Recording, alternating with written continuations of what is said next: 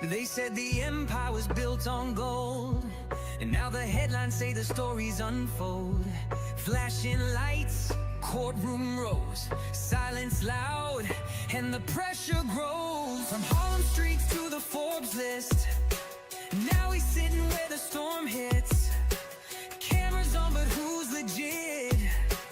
Truth and lies in the same script. Diddy defense team got 8 on the move. Agnafilo, Jarago, Shapiro, Steele, Donaldson, Westmoreland, Estavo and Driscoll. The feds got him on 5 charges. They say he on that RICO. Media says he is guilty out the gate. 8 male jurors and 4 women hold his fate. No cameras allowed in the court. Content creators screaming more, more, more. Diamonds heavy, but the weight's not cash. Every step watched through the media flash. Friends turn foes and the past don't pass. When receipts get pulled and they come in stacks. Official transcripts will show the full story. Full statements, but the details may be gold. They wanna put me on trial, put my name on file. Want me to hang it up, but that ain't my style. Say I'm back on road, no hand on Bible. We got this game in a chokehold. Yeah, I'm so cold. My whole career they tried to test me and I aced it. When you want something done, you gotta go and get it. Hate to put you on blast, but it's not up for debate. When the odds stacked against me, victims' names not being used to keep from getting approached by the accused. Kanye showing up in white, saying Diddy fight, fight. What's legacy when it's on the line? Is the name you built still gonna shine? Or does silence scream like a warning sign while the world debates guilt or crime? Every empire's got a tale untold. Every mogul's got nice cold. But behind closed doors, who holds control? Truth is a mirror and it never folds. Spotlight shadows can't outrun fate.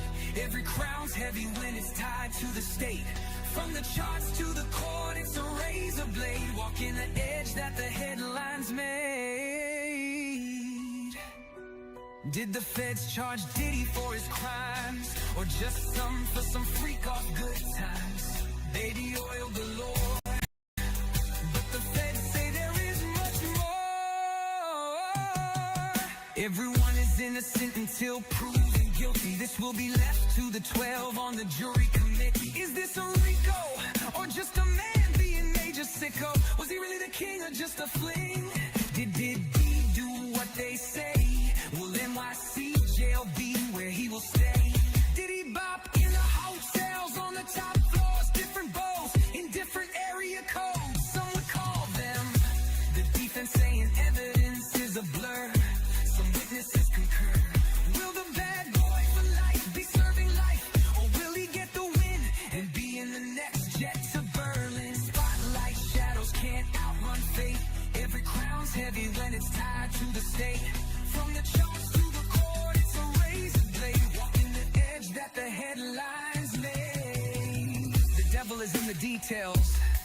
While the world debates guilt or crime, is it RICO or freak off?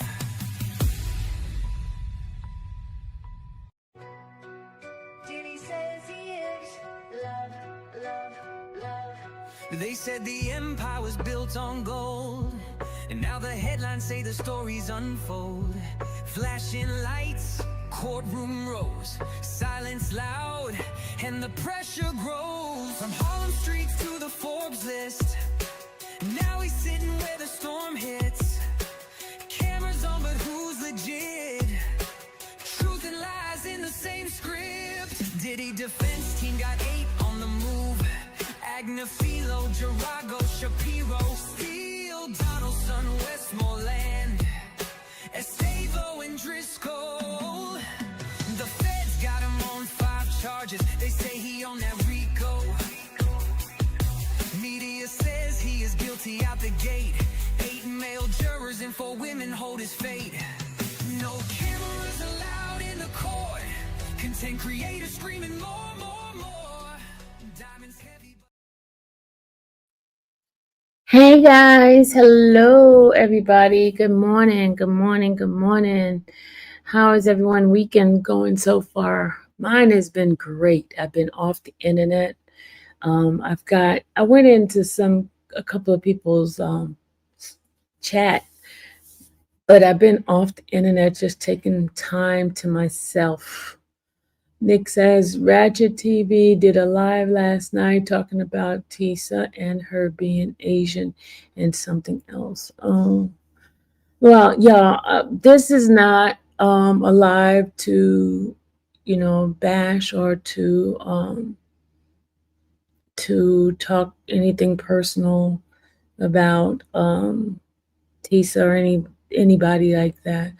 My live is basically to clarify some news that was talked about, some fake news, some because I went and I researched and I found attorneys talking about some of the things that she had mentioned.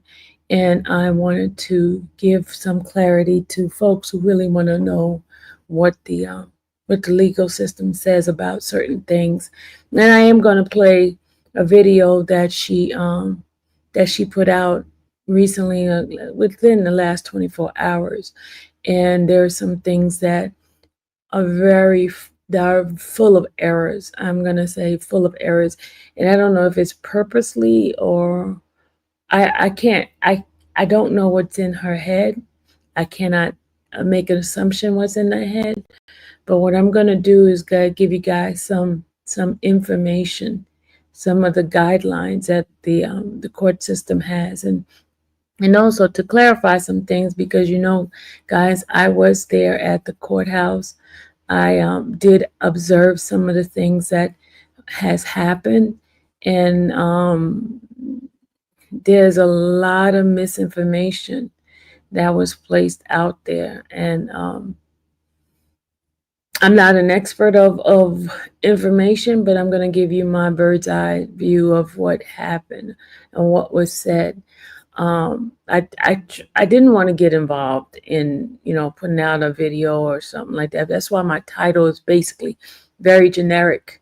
And didn't put her name in it. I did put a picture in there, but my live is one because I don't want it to be as if she's gonna go and claim I'm bullying her or I'm Diddy fan or anything like that. And first of all, I don't have any music of Diddy.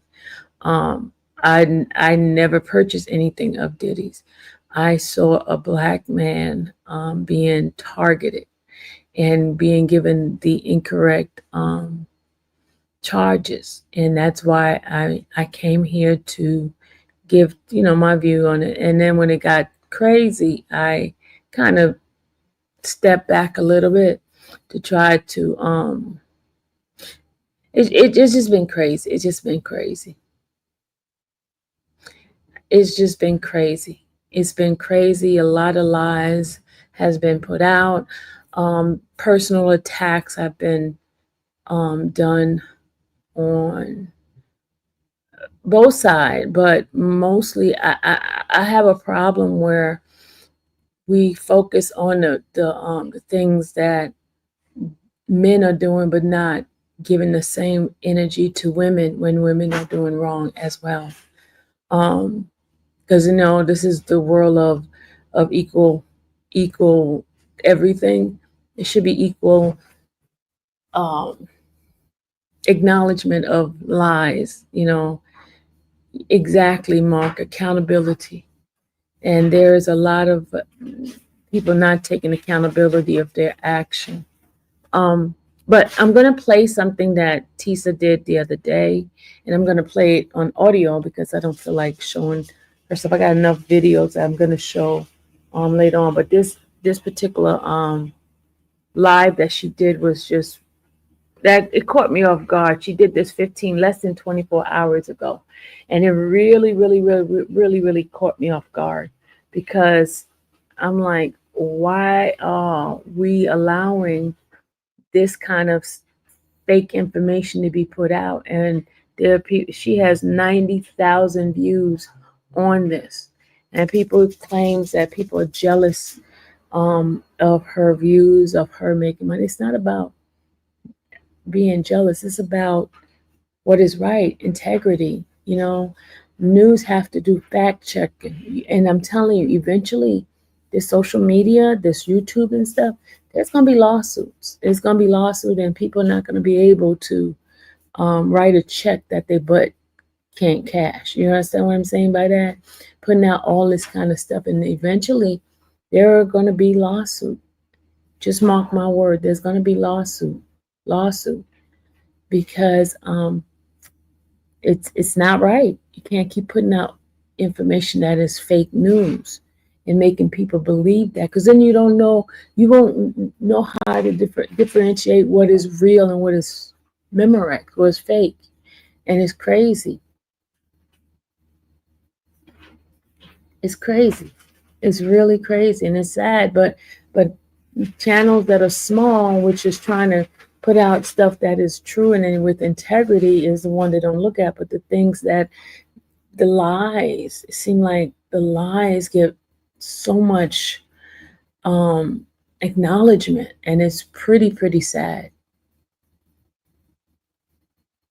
It's pretty sad. But let me go ahead and put this out here. And she is gave false information. Diddy's family did not make threats of to her. None whatsoever. But okay, let me play this. Here's what her title. We finally reached it. Well, baby, if you are the title of her live, this one here, it says, "What Diddy's fan did could cost him 20 years." You hear that? What Diddy's fan did could cost him 20 years. Sentencing breakdown. All right, now listen to what she said, and then I'm going to give you what the attorney says in regard to Diddy's sentencing guidelines. Okay, hold on, let me just play this for you, and this is copyright disclaimer under Section 107 of the Copyright Act of 1976. Allowances made for fair use for the purpose such as criticism, comment, news reporting, teaching, scholarship, and research. So I'm basically teaching you guys and also commenting. And I did some research on what the guidelines are, and I'm going to play that as well. All right, let me go ahead and let you guys listen. This was done yesterday, less than 24 hours ago. Don Diddy Combs, it looks like you see a plan to make sure you only do what? 1 year time served? Unfortunately for you, I see I've got your number, and it's not going to work, y'all. We got to get this straight. Diddy, the man who just got found guilty on federal charges, 2 federal charges under the Mann Acts, thinks he can bully his way into a lighter sentence? She said he thinks he could bully his way into a lighter sentence. Bully. That's a powerful word, bully. I mean, not only that, he and his little PR gremlins are running around the internet trying to silence creators.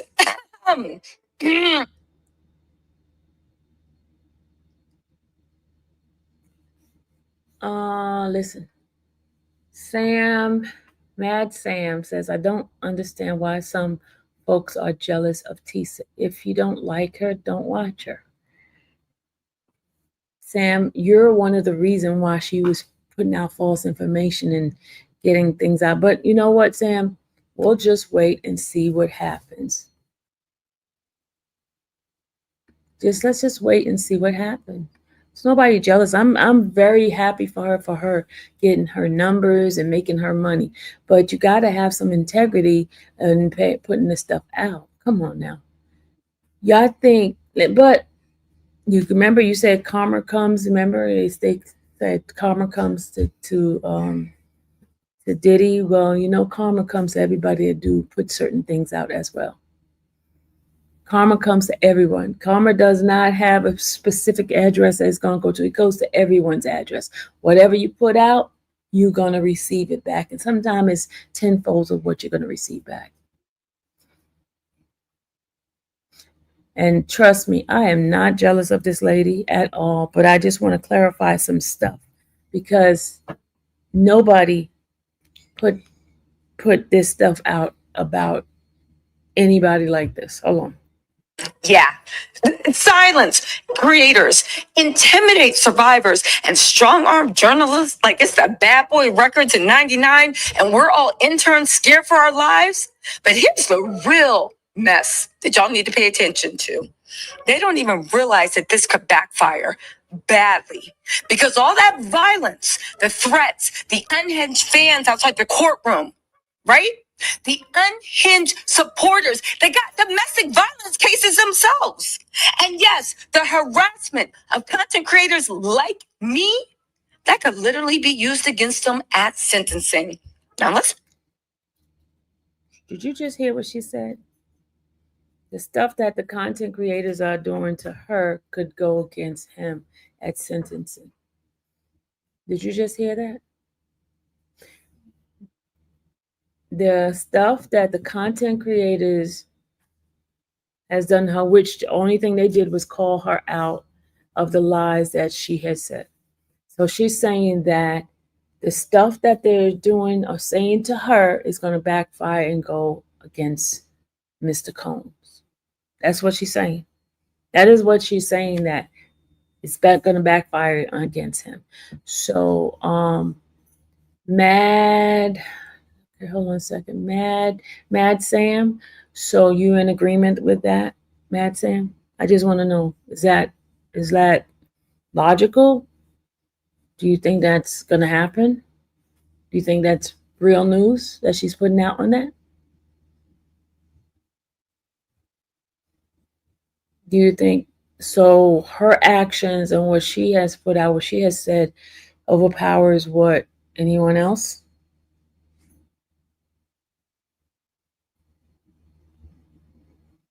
I'm just trying to figure out. You guys probably need to take a look at Tasha K's lawsuit and see what happened. I gotta probably take a look. No, I don't know what she knows. I don't know what she knows. But I mean, do you think that's logical? But I gotta, you know what? Let me stop this and let me play this attorney for you guys. Hold on a second. I'm gonna stop this and play the attorney, what the attorney says in regard to sentencing guideline and things like that. Hold on. I'm gonna put it up for y'all.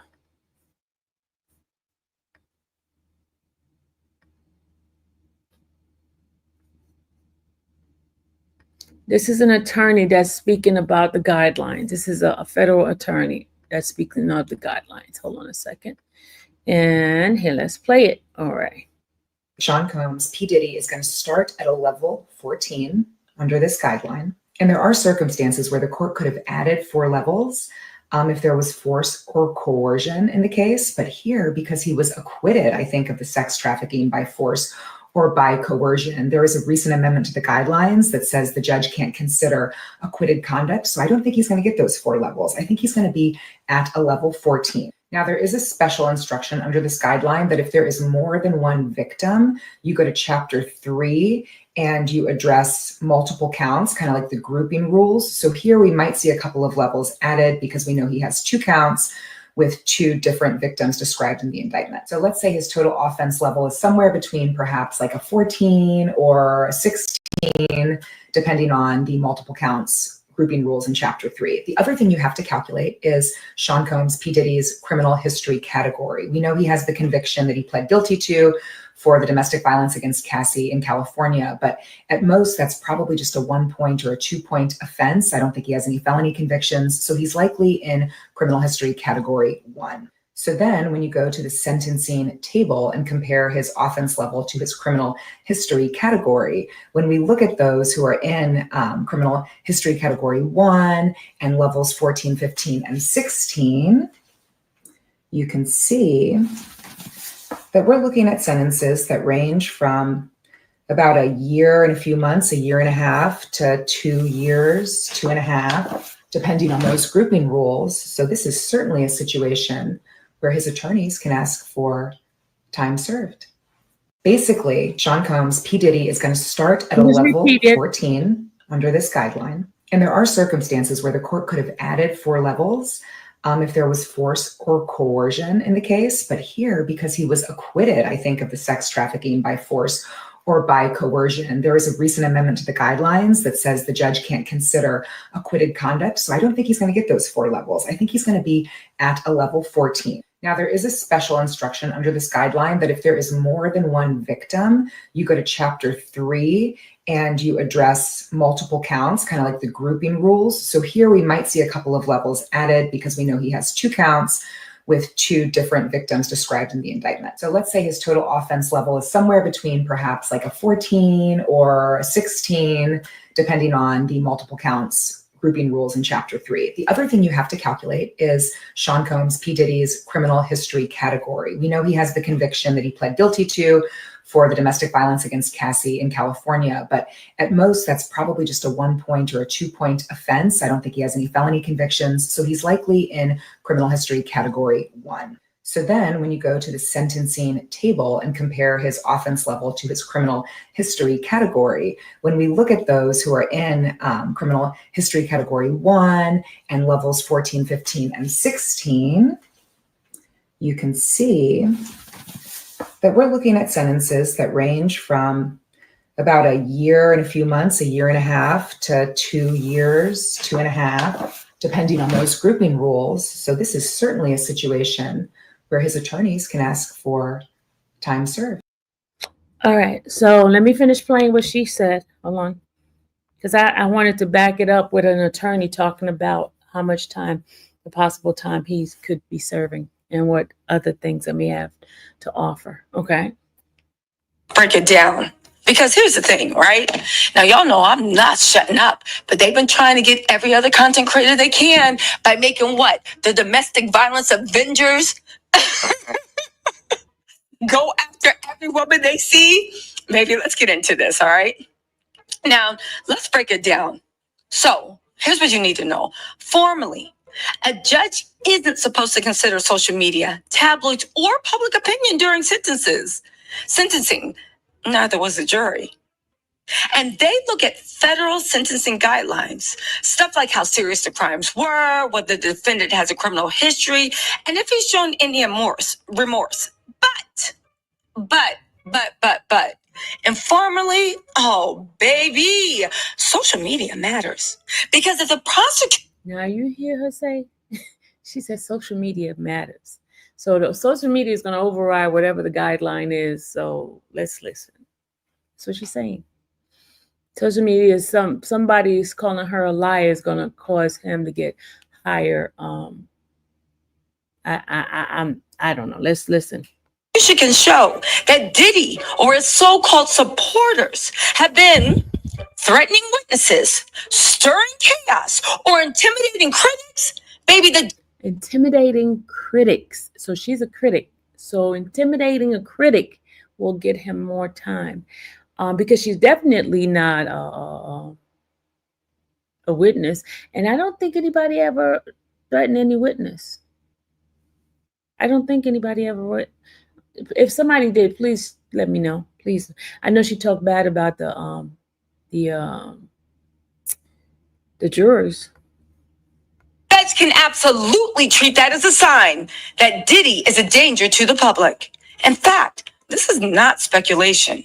The courthouse had to be locked down because of the degeneracy outside. Okay? There were threats of battery. There were threats. There were fully... What threats of battery? Did you guys see any kind of video of threats of battery? Any threats of battery? I know you guys watch a lot of different people's videos, and did you see any threats of battery to anyone? Any threats of battery? Did anybody tell her that they're going to beat her up? Did anybody say that? I heard them say she's a liar. I heard that there were a lot of them saying she was a liar, and there's some that did talk about her wig. One person talked about her wig. But there was no threats of battery anywhere. I understand she's very passionate about the stance that she has and things like that.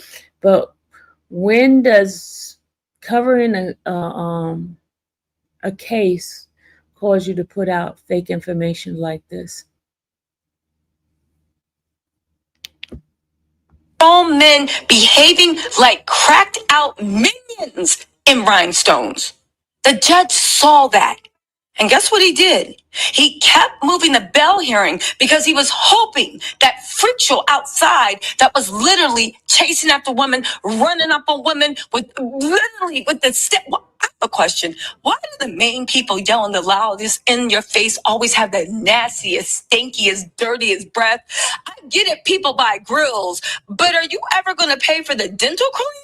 Because you can't have, that's like buying a house and not being able to pay for the garden maintenance. You gotta up your dental cleanings. Once a year is not gonna cut it when you got grills coming up your mouth. But anyway, I digress. Let's move on.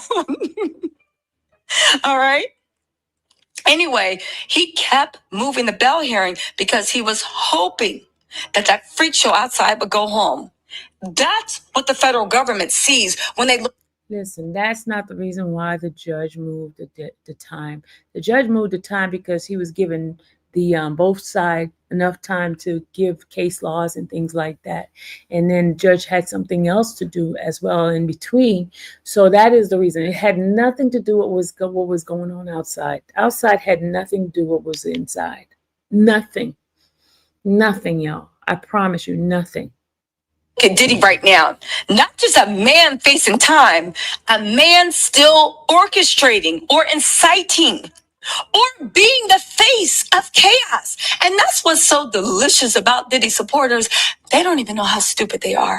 They don't even know. You think it's you, the domestic violence Avengers, right? You think it's you, we can treat them like we beat them Avengers. You think you got awful stuff? Baby, all you doing is burying your king. And with each unhinged interview, with each unhinged move, with each unhinged intimidation, baby, keep going, keep going, keep going. Anyway, let's get into this, right? Meanwhile, Diddy's team is out here playing damage control like it's the PR blood moon. Listen, he's texting out names, talking about maybe dropping love, maybe keeping it. He's texting out names while he's sitting inside the behind in that holding cell. He's texting out names. Now, come on, lady. He's texting out names. That's what she just said. Maybe keeping it, but let's be real. You can't rebrand your way out of federal time. And the real reason he wants to silence content creators? Yes, he wants to clean up the optics. Yes, Diddy wants a comeback. But more importantly, Diddy thinks if he can control the narrative long enough, he can shave down his sentence. According to legal analysis like Mark Garagos, yes, the Garagos. Tini was the lawyer. Mark was the person running, blocking. I don't know sports. I was trying to make an analogy. Diddy's goal may be to do as little as 1 year behind bars. That's the dream. Silence the victims, bully the press, gaslight the internet, and then show up on October 2nd with a bouquet of fake remorse and a montage of community hugs. First of all, it wasn't even October 2nd. It's October 3rd. And the other thing is, you're putting out stuff that can get you sued because you're putting out stuff that can affect different lawyers' licensing. It doesn't make sense. He's hoping y'all will forget the violence, the trafficking, the drugs, the destruction. He's hoping the judge sees a wave of feel-good headlines and celebrity endorsements and says, maybe he's not so bad. Now, I know he wasn't convicted of trafficking, but he was accused. They found him not guilty. The drugs seemed like he distributed, even though the jury didn't think it, right? But we see the destruction, and we cannot forget the violence, because even the judge pointed out. But here's the part they were not counting on. Us. This moment, right now, between conviction and sentencing, this is when public pressure does matter. Because every celebrity who puts their hand on the scale and says, he's a good guy, is doing that for a reason. Every celebrity that is liking an Instagram post now is doing that for a reason. They want to shape the judge's perception. They want Diddy to walk. So what do? We push back. We get louder. We remind people that what the charges were. We remind them what the survivors said. We keep showing up because, and I need you to hear this, your voice, my voice, our voice does influence justice. Your attention, your outrage, your memory, it makes a difference. Y'all, this is not over. He's been found guilty on 2 serious federal charges, and sentencing is 20. Okay? Well, sentencing can be a maximum of 20, and the sentencing is coming. Don't let his desperation silence you. Don't let the domestic violence avengers come to your comments trying to shut you up when their own jail records, arrest records look just like Diddy's. This isn't just about one man. This is about all the systems he built, all the power he abused, and all the people he tried to crush beneath it. So no, Diddy, you don't get to bully your way into a legacy. And you definitely don't get to bully your way out of prison time. You guys, listen, keep your voices up. Keep it loud. Keep it soon. Justice is watching. Baby, the sentence is in October. We are not done yet. And I will stand 100% behind that, y'all. Don't forget, we are not done yet. Okay? Again, ignore the trolls. Ignore the bottom feeders that got their own DV cases. Okay? Waiting for Diddy to get his money back so he can toss them 2 nickels so they can rub together and get some teeth cleaning behind those grills. So the breath stops announcing themselves before they come around the corner. Anyway, y'all, listen. It is what it is. Let me know what y'all think in the comments, okay? But listen, justice is coming, and we got to keep pressure on. And Diddy's plan, I believe, again, that's all my opinions, all right? I believe that he is literally trying to silence everybody so he can do his, I want her to fly, rebrand. Anyway, y'all, let me know what you think in the comments. I'll talk to y'all later. Bye. Jay Walker says, you're always in drama. Is it because your crime committed? Jealousy is a sin. Stop lying on Tisa, because your only commentary was riding bus/train. You're no match for Tisa. You're absolutely right. You're right. I am no match for Tisa. I'm not trying to match her. Absolutely not. I don't have to get a bodyguard.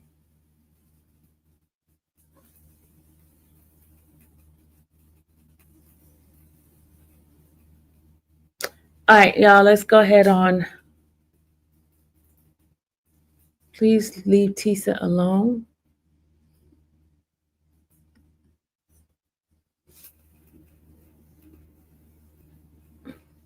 I'm not bothering her. I'm just giving out information in regard to Paul.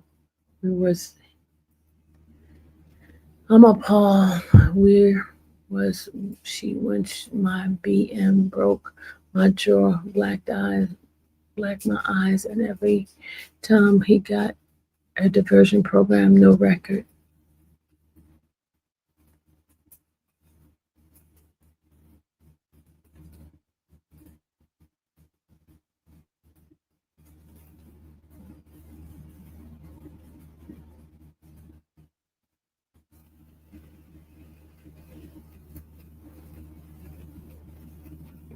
It says here, y'all can go on Tisa Live and get off. Exactly.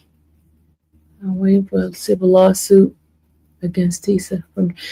You know what? Let me tell you something.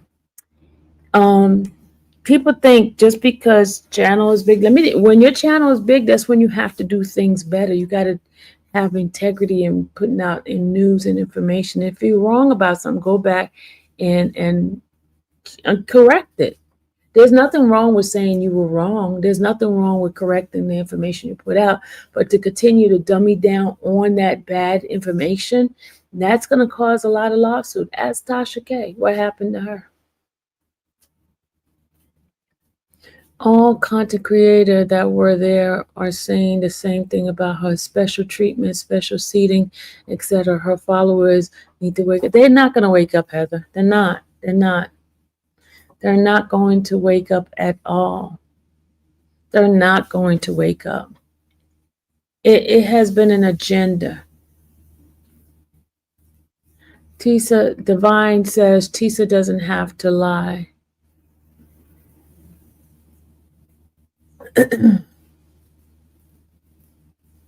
All right, let me go ahead. She doesn't have to lie.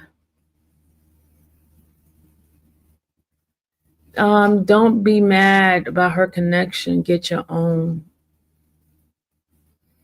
Why KK Scorpio? Why are you here?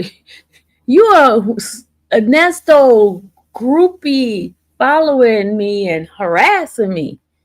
Mods block KK Scorpio, please, because she's block all my Nesto hating folks that come up in here want to harass me, because we already know why they're here. They Nesto Delulus.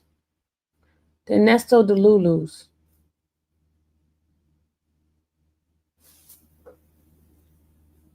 Thank you, Miss Bennett. Is she Dominican? No, I don't think so.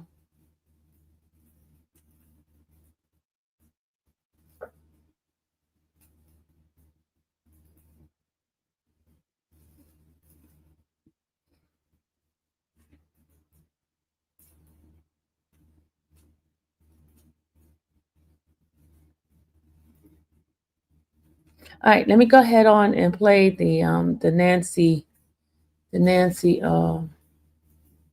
hold on, let me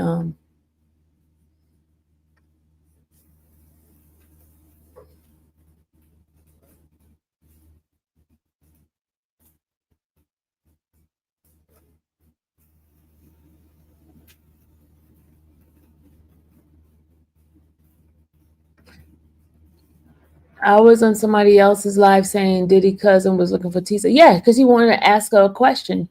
I did say that. I did say that he wanted to ask her a question. I surely did. I said Diddy cousin wanted to ask her a question. Sure did. He never threatened her at all. He just wanted to ask her about, we're in the same courtroom. Why do we hear something? Why does she hear something different from there? And he was talking about the what's the name, the ounce of drugs, as she said it was 27, and everybody else in the court said it was 0.07. So he wanted to ask what courtroom you were in. Maybe that's the fake news that the judge was talking about. All right, Jay. Enough out of you, and I'm backing you.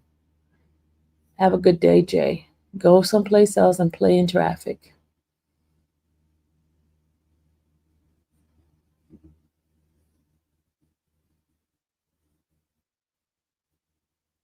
I don't need your views, KK Scorpio. You can go find another traffic to walk in.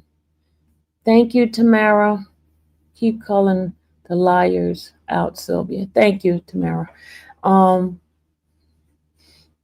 Scorpio, you don't need to give me any views. I don't need views with disrespect.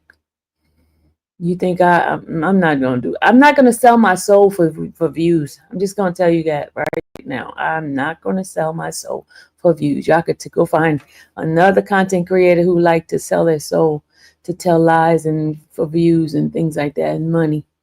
Don't sell my soul. For the love of money, I don't do that. I'll struggle and I'll beg before I go and sell my soul. I'm not doing it. Absolutely, she can fight. I think her the her plight is definitely is needed. You know what I mean? There are people who definitely need to fight for women who are abused, who have been dealing with domestic violence. Absolutely, but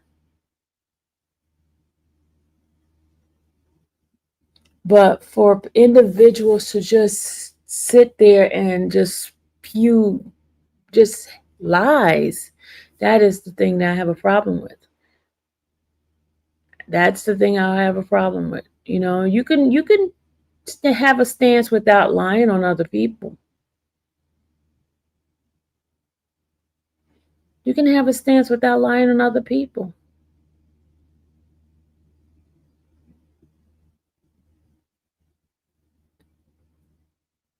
Nobody says what she's standing for is wrong. She's definitely not wrong in her stance, but the lies.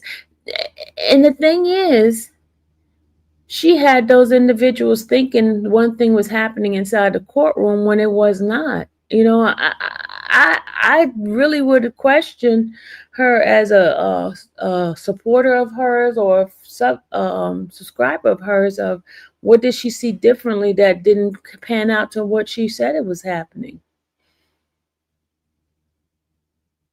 Miss Sylvie, when can we hook up? John, I don't know. I don't know. I don't know. I don't know, John. You know, she has been stating her thoughts on what was happening in the man's bedroom, and the witness themselves have told us all that she is wrong. They are using her to bring down a black man. Sam, exactly. Go interview victim DV. Go volunteer at DV shelter. There are millions of them across the. Yeah. Yeah.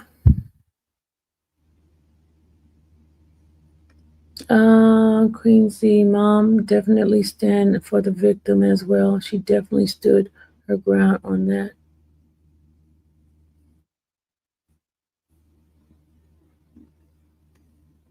I mean, it's pretty sad. But let me go ahead on and play some other stuff that let me play Sean G's live. Hold on a second.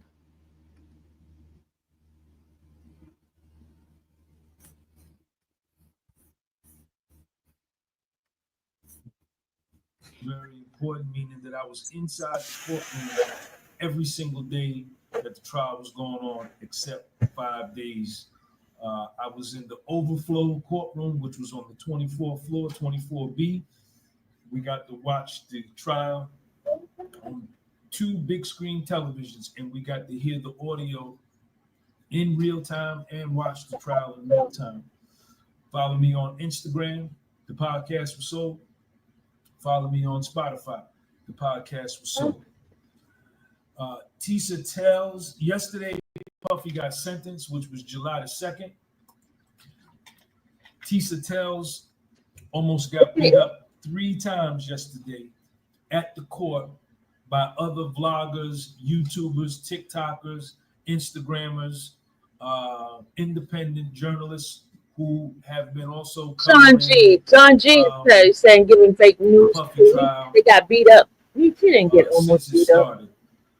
Tisa Tells, as you know, is a tabloid YouTube personality, along with Nancy Grace. Nancy Grace is also a tabloid YouTube journalist. Nancy Grace did not come to the courtroom. Not one day did I see her in the courtroom. Yet she speaks like she has all of this information, and she. Sorry, y'all. You know what? I should check this out before I played it. Right? He said Diddy was sentenced. No, Diddy was found guilty on 2 charges on the 2nd of July, and then he says Tisa Tell almost got beat up by 3. That is not true either. So sorry. You know, I have to correct things that needs to be corrected. He speaks very matter-of-factly about what went on inside the courtroom. Nancy Grace knows nothing. She did not come to court. Not one day did she step foot inside the courtroom. Tisa tells yesterday after the verdict, for some strange reason, Tisa tells always throughout the whole trial was in 26 courtroom on the 26th floor, which was the main courtroom, which is where everything went down. The attorneys were there, Puffy's were there, Puffy's family was there, the media was there, everybody was there, the jury. After Puffy got sentenced, I thought it was kind of crazy, but she came down to the overflow. After the sentence, and after we took a break, Tisa Tells came to the overflow on 24B. I was like, why is she down here? Soon as she gets down there, she gets into it with this other YouTube. I'm not going to say his name. They start having words back and forth. The YouTuber or the vlogger starts calling her a liar, that she had been lying on Puff the entire time she was reporting from the courtroom. And a lot of what she said was lies. She came out with a lie the other day saying that Puffy cooperated with the feds and gave up some big names. That's why they had dropped 3 of the charges, basically labeling Puffy a rat or a snitch. I immediately came out with a video and said that there was absolutely zero proof or zero evidence that Puffy had did any of that. That was one person.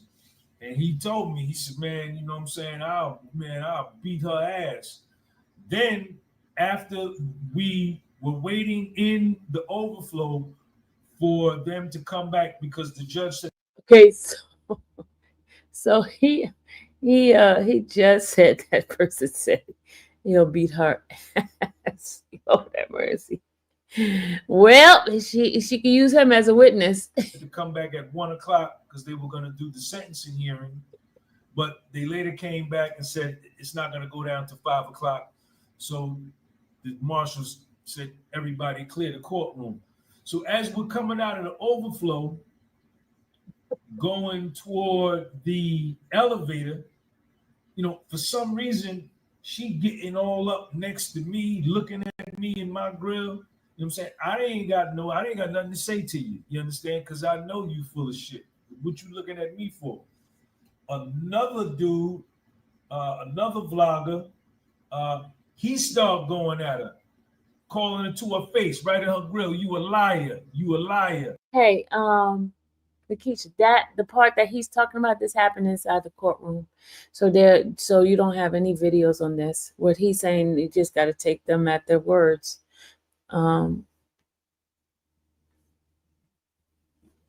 Okay, you're going.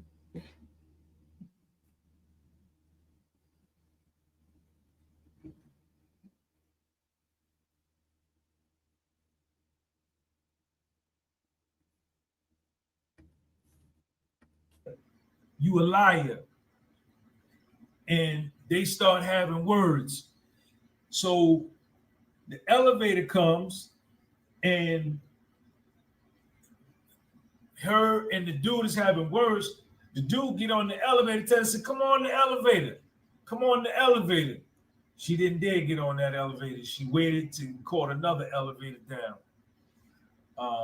We get downstairs to the courtyard or whatever you want to call it, where we all hung out. All of the vloggers hung out there. All of the media, the press hung out there. And people shot a lot of content down there. My man that stepped to her up on the elevator, now she come downstairs. She gets by her security guard. She kept the security guard with her there every day. She was the only vlogger, the only YouTuber that had security every single day. But my man, he didn't care about the security. He barking at her, you a liar, you a liar. You know, and you know, she rubbed a lot of people, especially us who were in courtroom observers, the same as she was, that got the same information she got. She rubbed a lot of people the wrong way because she would come out and report the news 180-degree opposite of what was said in court. She would spin the narrative to where none of what she said was relative to what we heard in court, and we were in the same courtroom with her. You understand? So she had some issues yesterday down at the courtroom. I have no respect for her as a journalist. Like I say, she's a tabloid journalist. The same with Nancy Grace. Nancy Grace knows nothing of what she's talking about. I watched the video she put on today with some dude from London. Neither one of them, they were saying that Puffy orchestrated all of the beef with Tisa. How could Puffy do that? Puffy can't even talk to nobody. The marshals, the U.S. Marshals, he has 4 U.S. Marshals that were around him every single day during the trial. He couldn't speak to anybody. So to even say that is disingenuous, and it's an outright, untrue, flat out lie. But that's what really went on down at the courtroom yesterday. As far as Tisa tells, a lot of the YouTubers, a lot of the vloggers wasn't feeling her throughout the whole trial in her reporting inaccuracies, misrepresenting what was said, or just flat out changing the story in line. The only people that really rocked with her were the people that did the same thing she did or felt the same way that she felt about Puff. And that's fine. You could have been anti-Puff, but integrity never went out of style. Promote the truth, speak the truth. So just wanted to give y'all an update on that. Sean G podcast. All right, that was Sean G's point of view of what happened in the elevator part. Which I don't know anything about. I didn't see that part. Let me tell you. Let's see what else here. Now here's what she said on Nancy Grace. On Nancy Grace, this is what she said. He's telling the truth. She kissed up to mainstream media. Well, let me just tell you. Hold on. Let me just clarify some stuff. Okay. I believe that they were looking at her. They saw the numbers that she had, and they saw where her stance was. I don't think she didn't go to them. They came to her. I'm gonna give her the credit because they did come to her and ask her about doing interviews. She didn't go to them. They saw her platform. They saw what she had going on, and they saw her stance. So anybody has had a stance that they had, they were going after them.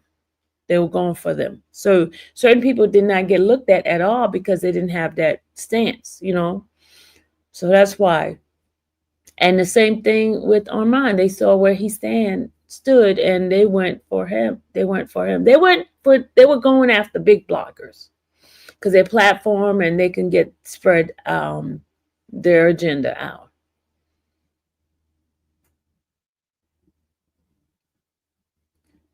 And let me tell you why. Let me explain why. Because before she even got the interview, right?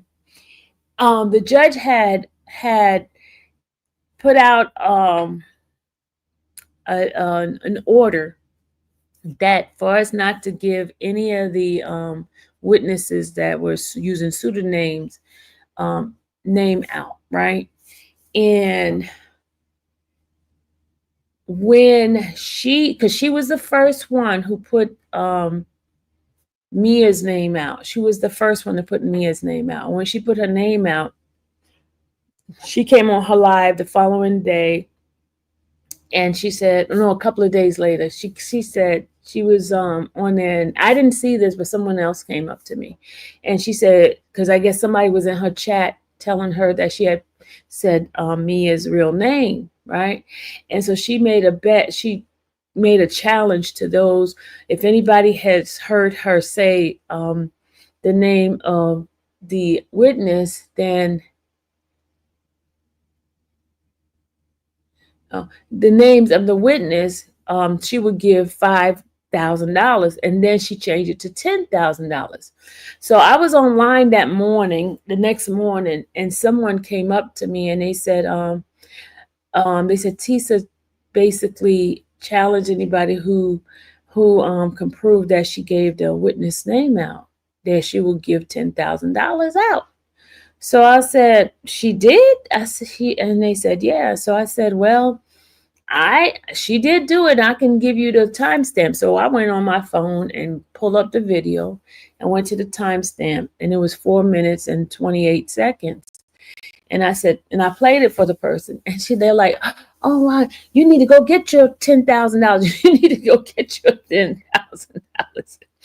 So then that's when I showed it to the ABC News, because ABC News was coming to me and telling me that Sean G had said it. I said, no, Tisa was the one that first said it. So the ABC News person, I showed it to her, and she was like, she didn't say anything. So, and I guess eventually she went over and told Tisa, but I went to Tisa myself when we got up into the courtroom, and I said to her, I said, you gave up the witness name. And she says, no, I didn't. I said, yes, you did. I said, at 4 minutes and 28 seconds, one of your subscribers had gave you a super chat, and you called the person's name, and then you read the name that the person put in the chat, and you read the witness's name. And so she still was in denial, and I told her, go to 4 minutes and 28 seconds. It was right there. So she knew at that point that she had put the name out, because I went straight to her and I told her where it was at. And I never got the $10,000 because she was still in denial of that. So, but I didn't do it really for the $10,000. I did it so she can go and correct it and remove it, so she wouldn't get that information out. And she kept it on her live. But the news person, the ABC News person, knew it, and they still turned around and gave her an interview. But they allowed the prosecutor to scrutinize Sean G and put him inside the paperwork. And I'm going to show you where they put him inside the paperwork for putting out the witness's name, which he did it after she did. He did it, but she did it first. And they never chastised her, never said anything about her, but they were trying to get him out of the courtroom because they said that he violated the judge's order. Hold on a second. Let me just show you where they put it inside his okay,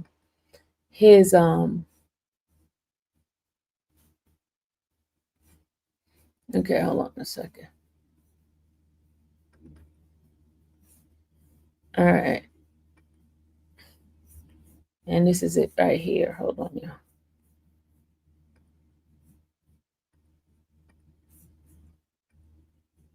This is when the prosecutor put it in there. They said here, Miss Johnson announced to the judge, they said, right at the top, it says, Miss Johnson, sorry, Your Honor. One additional issue. We just want to put, hold on. Let me make it bigger so I can see. Can y'all see this?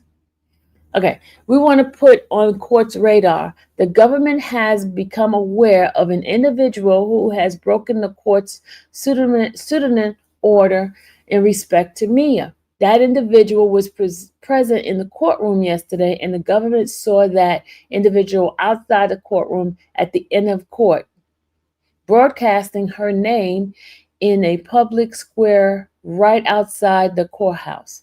We don't see the individual here today, but if we do, we plan to alert the CSOs and the court and would ask that she be excluded. So they put she, but then they turn around and said she be excluded, right?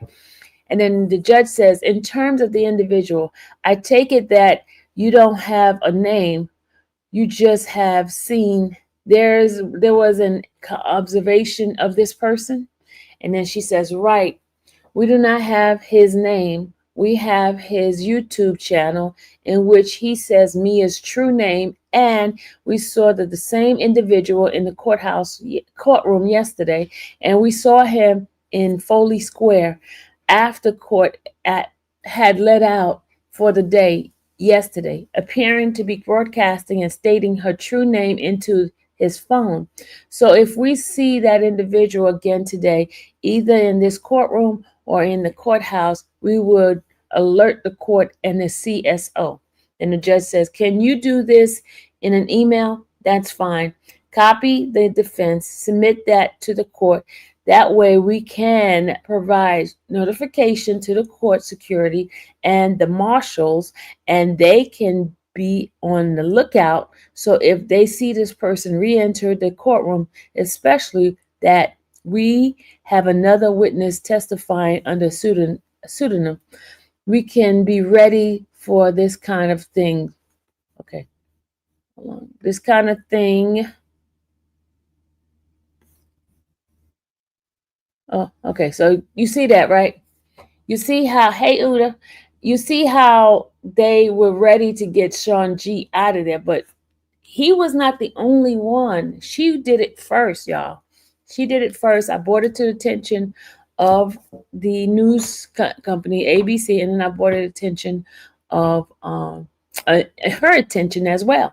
But they said nothing to her. That's why everybody was saying basically that she must be working for the prosecution, because the stuff that she was doing, she never got in trouble for.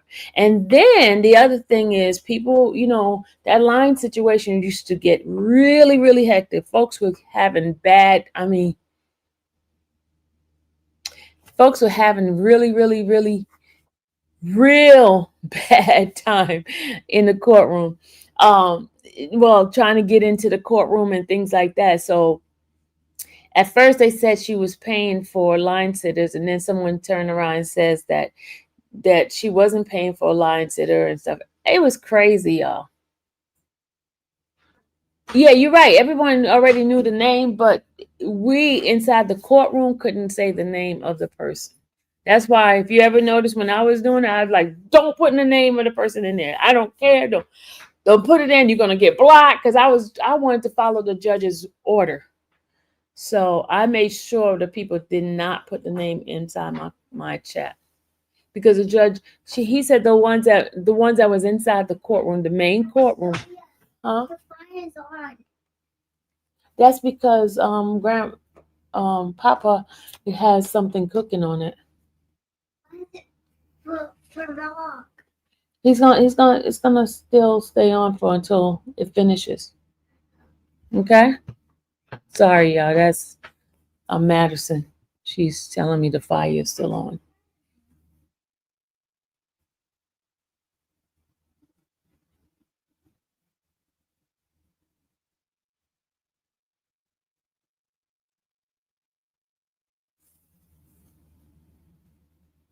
I'm not going to say what I said about her, but journalism is not her thing. Very biased woman. Very biased woman. Hold on a second. Who is too sensitive to be a journalist. Just my opinion. Thank you for calling her out, Miss Sylvia.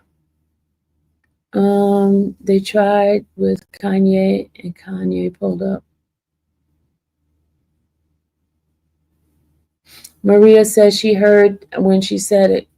She did say it, y'all. She did say it. Okay, let me go back. The reason why some of the content creators were saying that basically they believe that she is working with the prosecution team is because certain things that she was not held accountable for. And then when we were online, there was a time they asked for ID, and she didn't show now one ID, but everybody else had to show ID. She had privileges of going inside, not standing on line. She would get out the car, get on in the front of the line, and she would get in. And a lot of people got upset because there were people getting up like 2 o'clock in the morning and not in, and they didn't feel it was fair.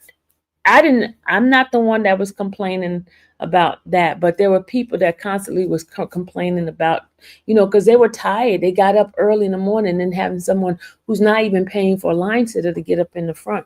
And there are times she even admitted not to paying for a line sitter, according to someone that heard her live.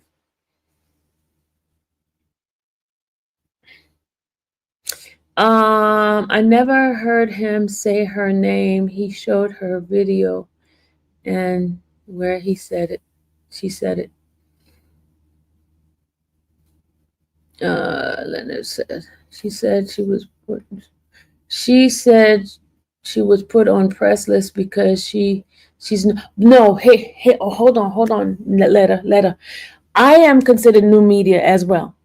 Before I even got to New York, I submitted my application. I did my application. That's why when I got there, I already had a press pass. You guys saw me. I went and got it that same day when I got there.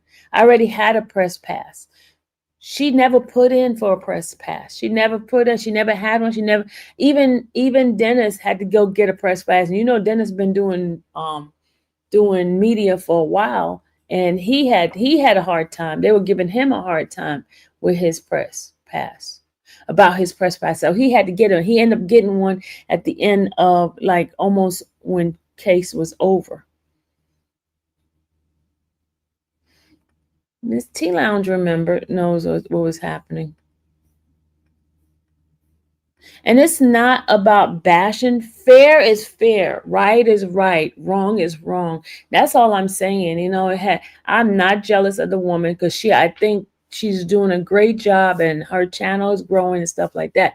But then she belittled a lot of those people with the stuff she was saying. She was saying some nasty stuff, but it's like, since she's big, okay, y'all complaining about Diddy, right? But then you allow her to have bad behavior and y'all praise her bad behavior. You can't have both ways. If Diddy's big shot and has bad behavior and y'all against bad behavior, y'all need to be bad against her bad behavior as well. You can't just pick and choose who you're gonna accept bad behavior from. Okay? Bad behavior is bad behavior, period. Lying is lying. Freak off is freak off. All of that. It is what it is, y'all. You can't just pick and choose. Y'all okay with her degrading certain people out there, degrading the jurors and saying the jurors are stupid and stuff. That's not cool, y'all. The jurors were doing a job. Do I have proof that she's working for? Jay Smooth, did you hear what I just said? Did you hear what I just said? Are you not listening? Is something wrong with your comprehension? Did you hear what I just said?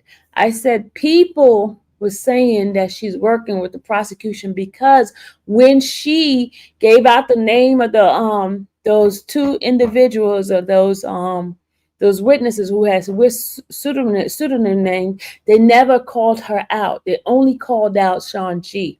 And then she was getting special privileges. That's what I said. I didn't say anything about her working for the prosecution. I said there were people saying that. And you're not listening. Please try to comprehend what I'm saying.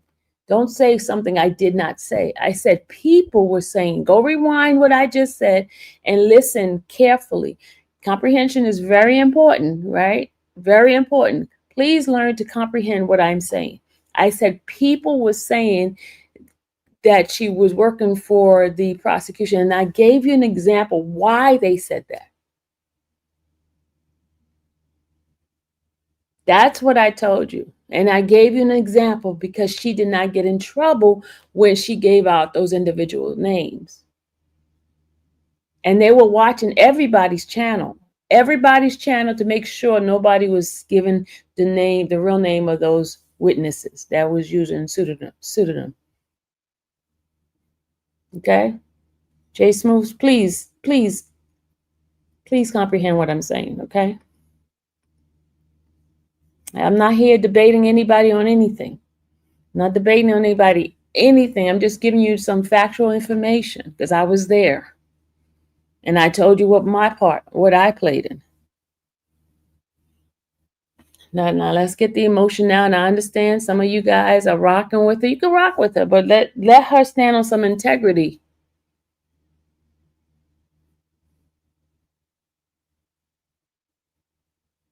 He says here, I don't work for subscription nor clicks and views. That Grace not working for you. Okay. All right. Y'all block Jay Smooth, please. His privilege of talking in my chat is gone, has been revoked. You just lost your privilege. You can go on someplace else. Have a good day. Have a good day.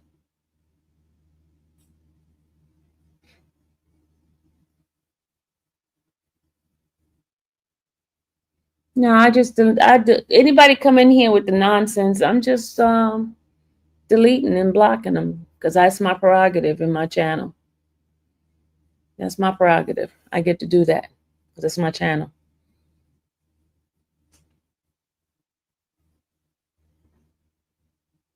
And here's I'm coming on here, guys, to give you information, firsthand information on what I witnessed and what I have seen. Everybody's giving their point of view, and I'm giving mine.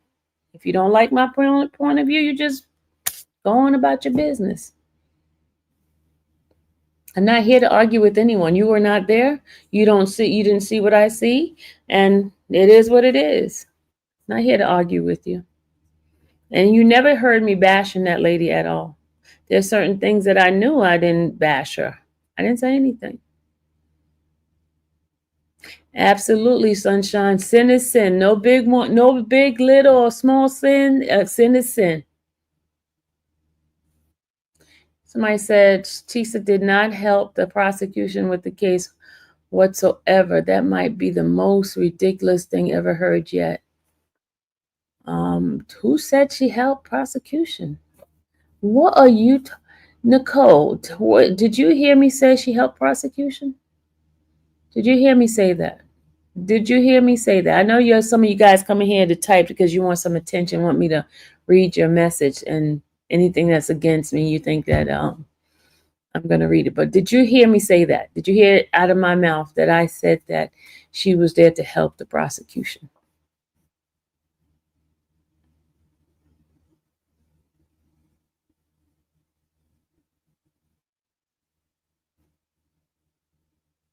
A lot of people in the chat were saying that. Oh, okay. But Sylvia did not say that. Let's get it correct. Hey, Tammy. Good morning. Thank you, Angel, for the Cash App. Thank you. Appreciate it. Thank you, Kim, for the Cash App. I appreciate you, sweetheart. Thank you so much. All right, let me go ahead on and show you the live that she did with Nancy Grace. Somebody says she's been hurt by men and she's out for revenge. I can't tell you what's going on. I don't know anything about her life. I don't know anything about her like that. All I can do is tell you stuff that happened at the court. Hey, Olivia. Good morning. You're jealous of Nick and Knight. I'm jealous of Nick and Knight? Oh, Nick is a sweetheart. And I'm definitely not jealous of either one of Queen lady. Why are you in here to tell me that I'm supposedly jealous of somebody? What I got to be jealous for? I have no reason to be jealous for.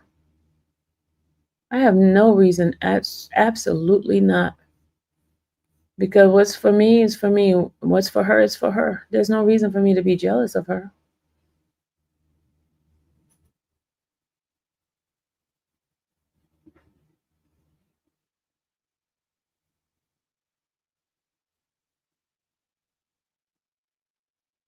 I have not said not one bad word about that lady. I'm just telling you what happened. Nick is such a sweetheart.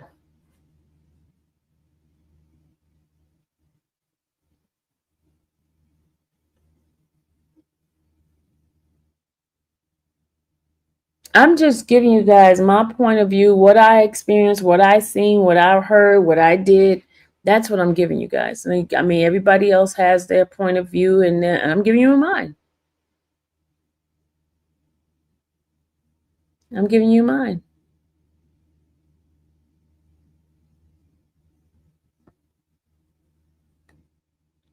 Well, have you ever done anything wrong, especially? Have you ever done anything wrong, especially in the YSL trial? Did you get thrown out of the courtroom for doing wrong? I didn't get thrown out the courtroom, but I got chastised. Gwen, here's the thing, Gwen.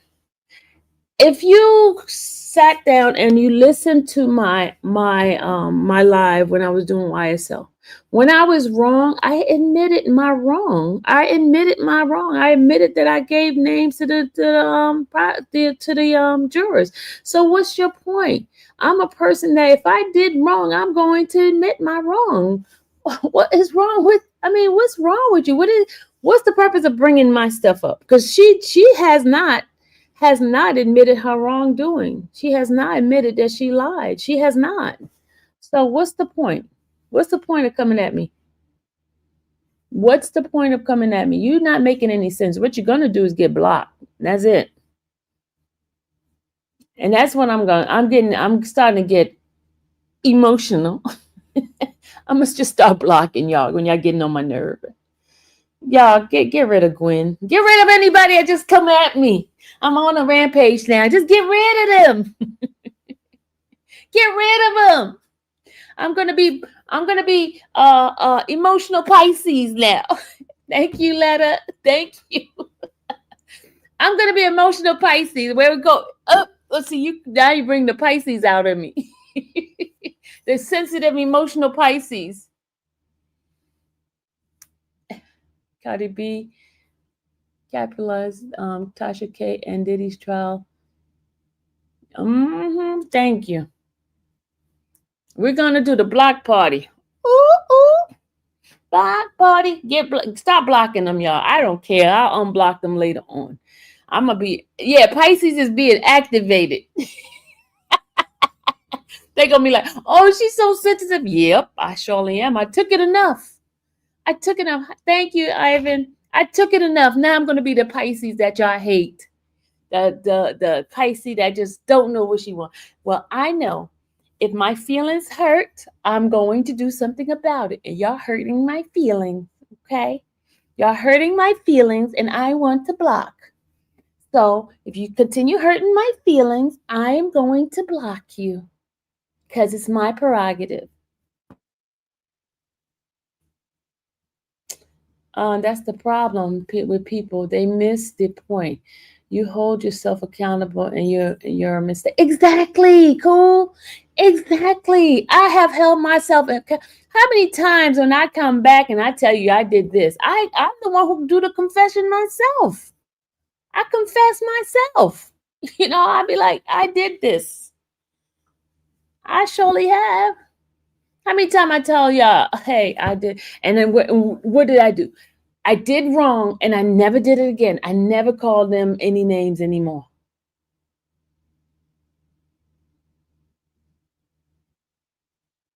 I never called them any names anymore.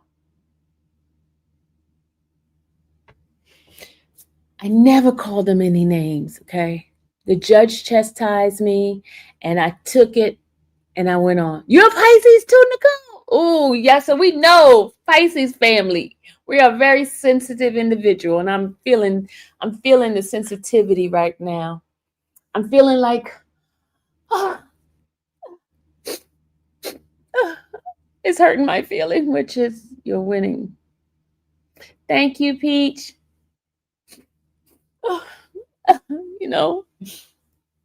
Pisces and Cancer are the biggest crybaby ever, and I'm proud to be a crybaby.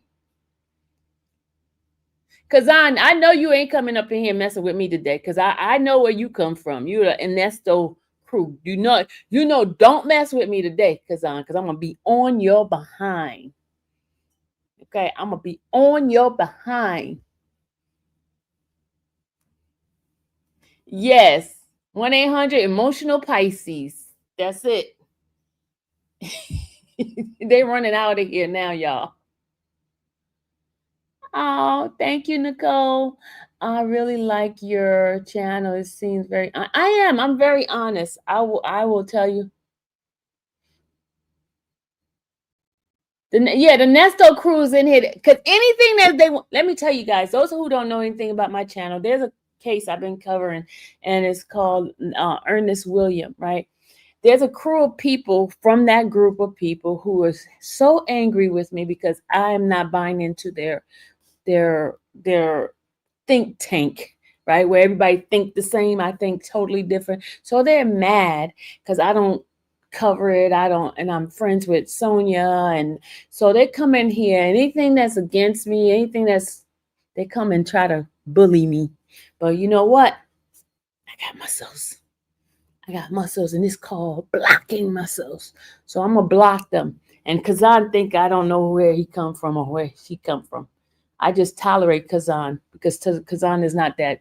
You're a Pisces too? Uh-oh. Pisces family. Pisces family. You're not taking accountability. You know you are happy. You're a jealousy. Bye, Hank. Get your butt on out of here, Hank. Y'all, get Hank. Get Hank out of here.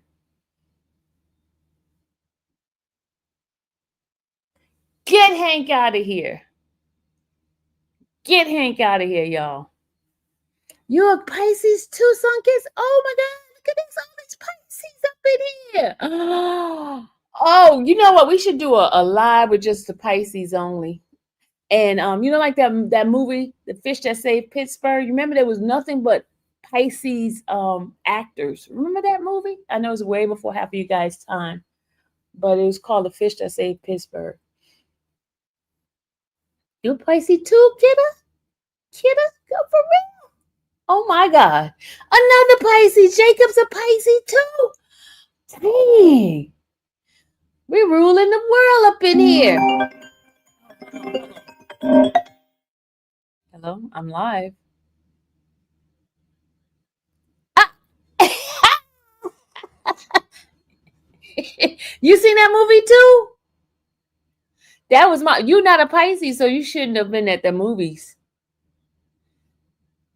Oh my God, what's in it? Julius Irving, because he was a Pisces too. Everybody was a Pisces in that movie. What's her name? Stockton Channel, whatever her name. She wasn't a Pisces, but everybody else was a Pisces in that movie.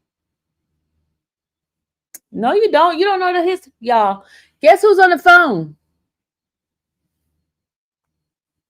Speak. Say something. Ladies and gentlemen. Yeah, I know. It is turtleneck. It's turtleneck, y'all.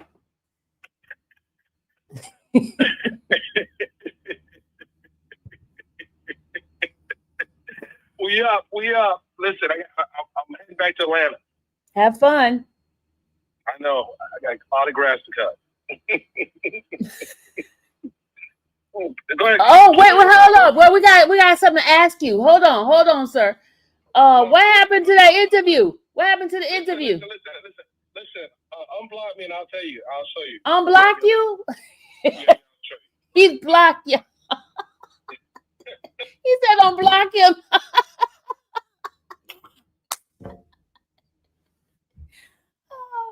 Oh, I'm not unblocking him. He wanted me to unblock him. He's in the bushes watching.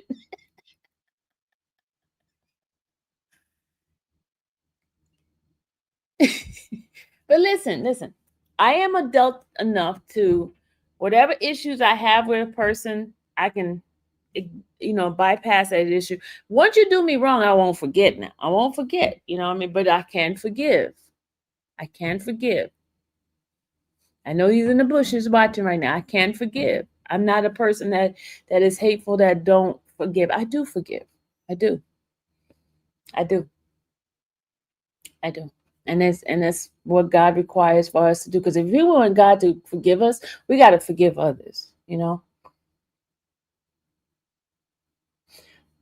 Oh my God, what is going on?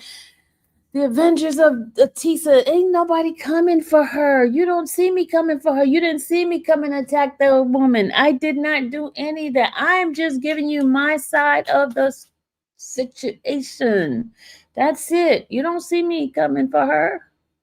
So please stop it with that. I did not come for her at all.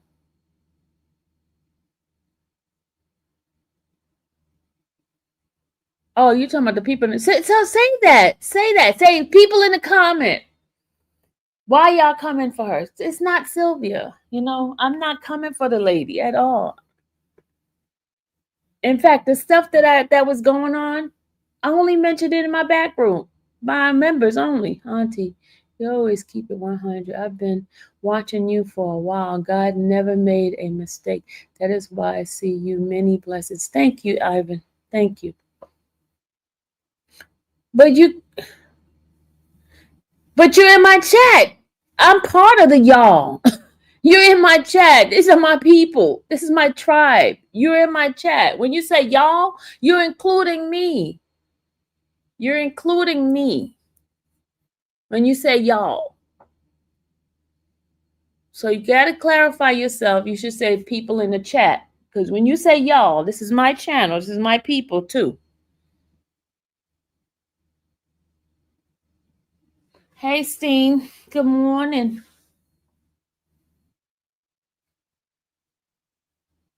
Don't watch her. Very easy. Who? You said don't watch her. Very easy. Don't watch who? You saying don't watch me? Oh.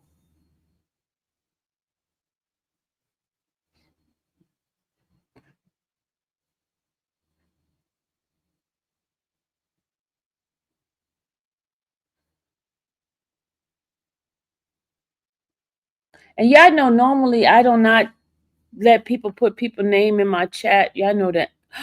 The dog just ate my this dog is so bad, y'all. This dog is so bad. Look at my shoe. Look at my shoe. Look.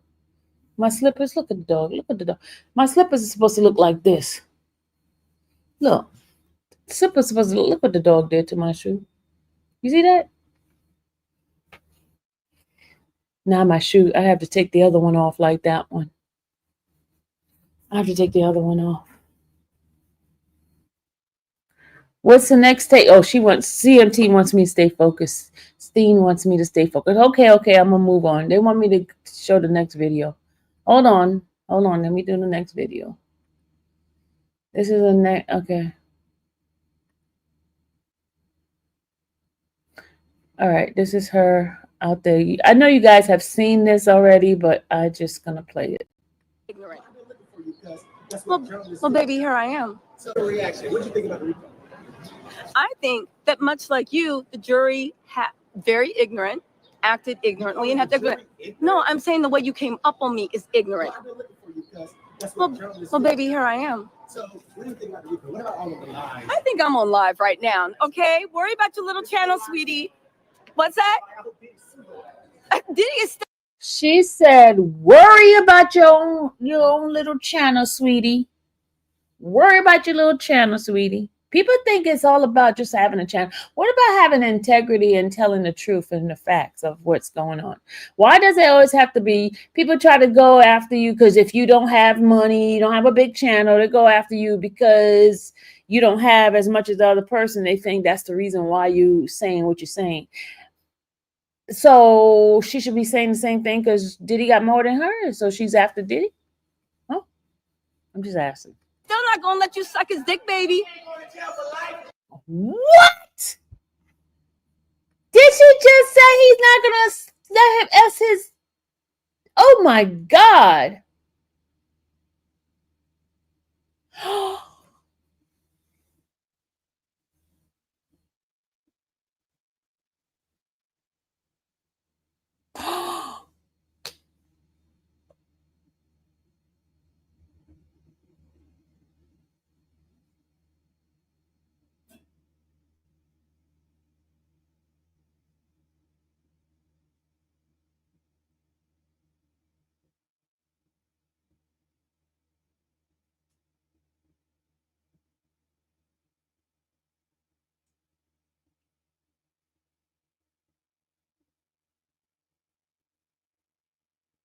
I know.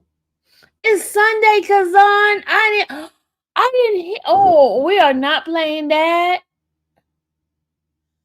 I had to clutch my pearl too.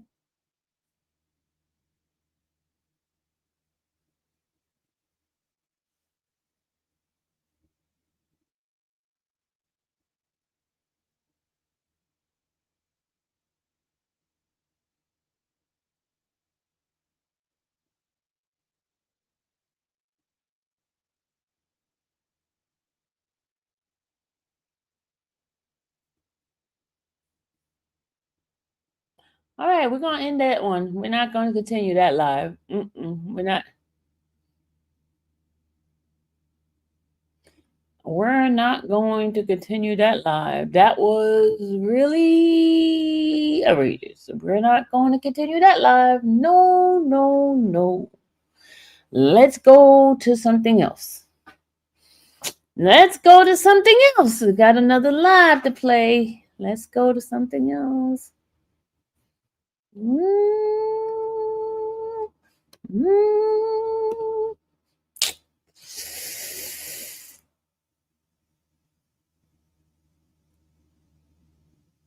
Thank you, Raven. Yeah, I broke my teeth when I gotta hurry up and get back home because I broke my teeth right here. I broke my tooth eating something really hard and sticky, and I broke my tooth. So I am having to go hurry up and go back home because my tooth is broken, and I just went, and I could feel like the cold air in my tooth. The first day of the trial, she said Diddy locked eyes with me. She wants Diddy. Diddy didn't lock eyes with her. Delusional. Hashtag those.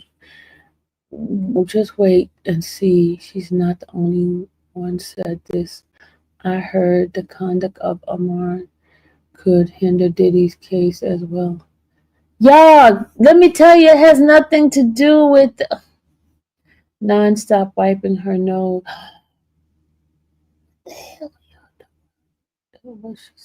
Okay, we go. Okay, CMT wants me to go ahead and go to the next one. Okay, CMT is getting on me. Okay. Here we go. 2 other counts come into play. Sean Combs convicted on 2 felony counts. There was a massive argument via paper to keep Sean Combs behind bars. Hold on, somebody coming in. Keys Mobile.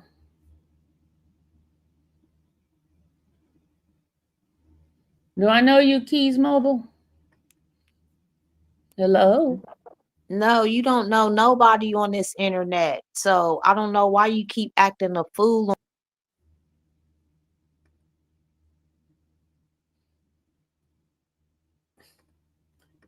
All right.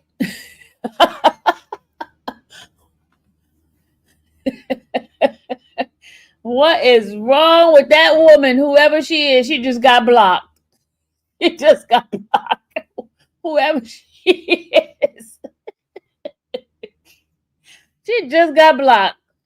Who is she? Oh my God. What in the world is going on here? Oh my God. I know y'all not coming in here to harass me.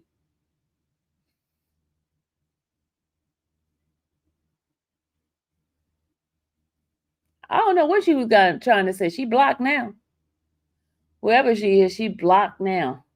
Oh, you don't know nobody on this internet. She don't know that I do know some people on the internet in real life.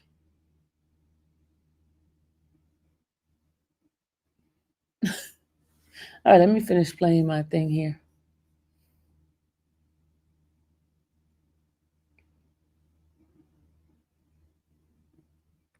Here we go. Bars, the defense fighting tooth and nail to let him out on appeal bond, which means you get out while your conviction is being appealed. Joining me right now, Tisa Tales. You can find her on YouTube at Tisa Tales. Tisa, start at the beginning. Start with the verdict, the split. What happened? When the jury walked in, everybody was on pins and needles. I'm not going to lie. Everybody in the courtroom expected him to be guilty on at least the sex trafficking.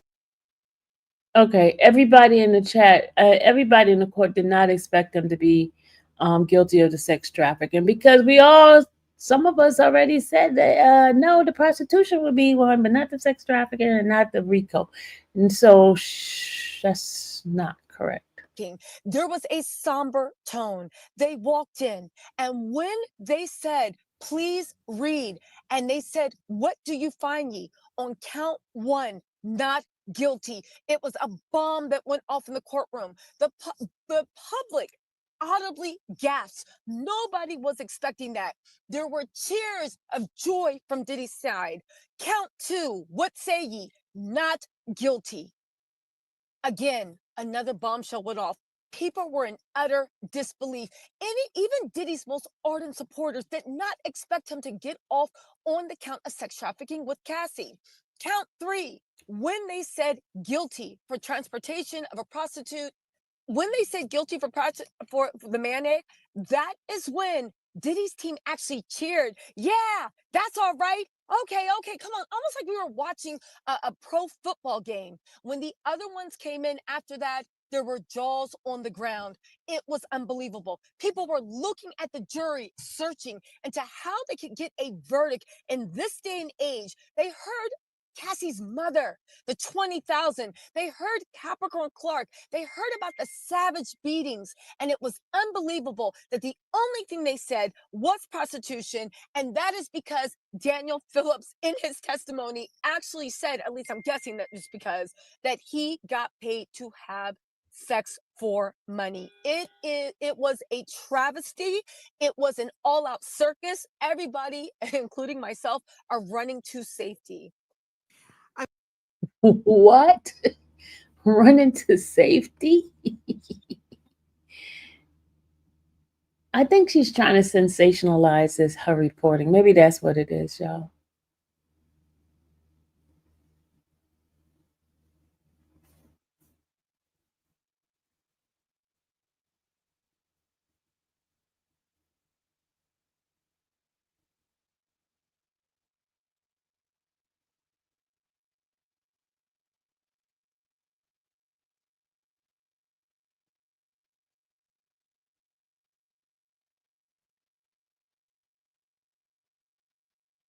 I've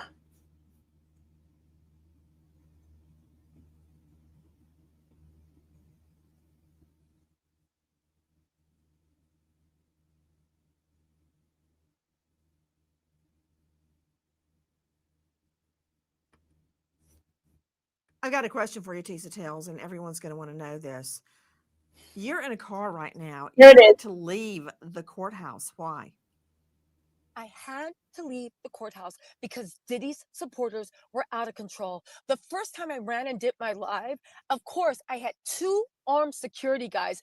Everyone told me, the people in the courthouse is like, make sure you have security. There's a lot of weird stuff going on. It wasn't just me, but I'll tell you what I experienced. Diddy's supporters surrounding me, threatening me, saying that they were going to hurt me. It was a serious situation.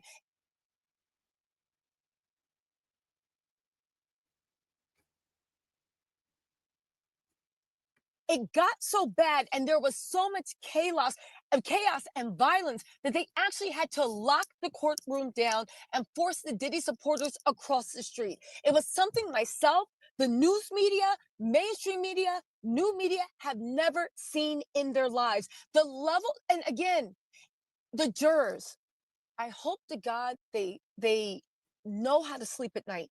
Dr. D, DG, I'm going to put the link in. You just click the link to come on up. Here's the link. Just click the link to come up.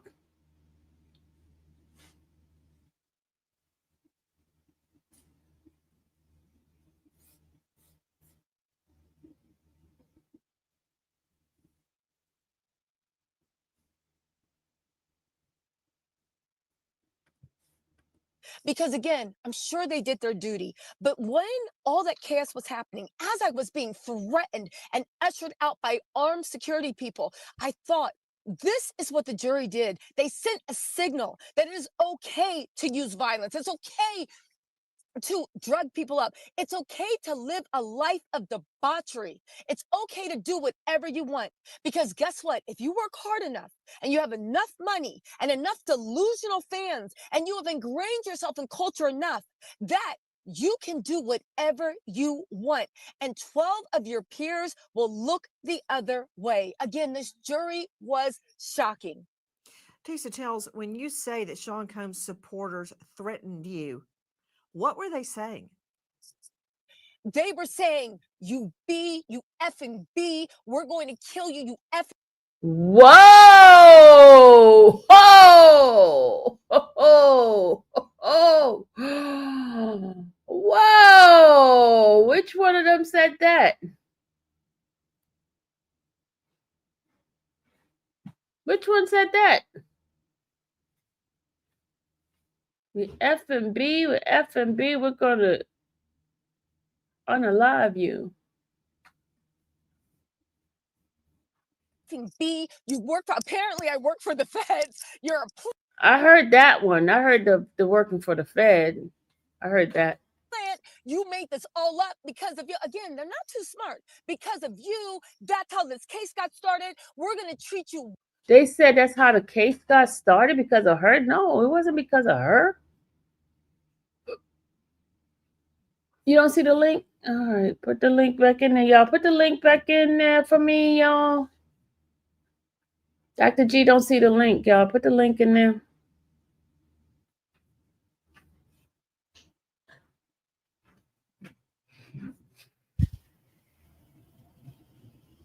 Dr. G's trying to hit the link to come on up.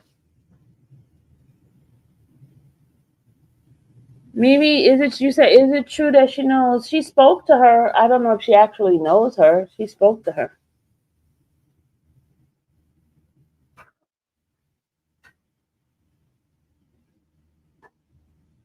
They did say she works for the Fed, and they kept telling her to say the truth and stop lying about the trial.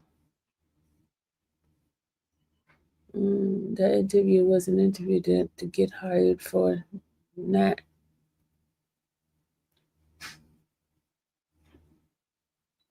She can cause an innocent person to get charges. Dangerous.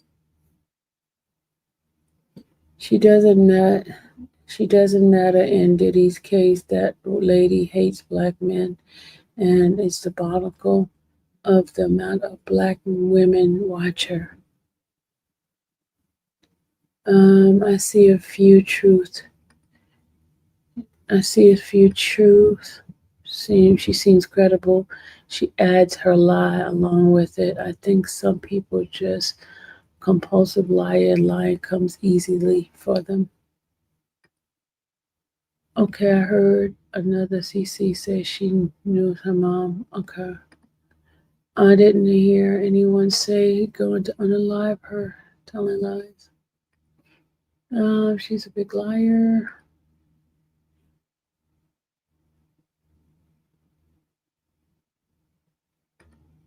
Child Capricorn says she wanted her job back.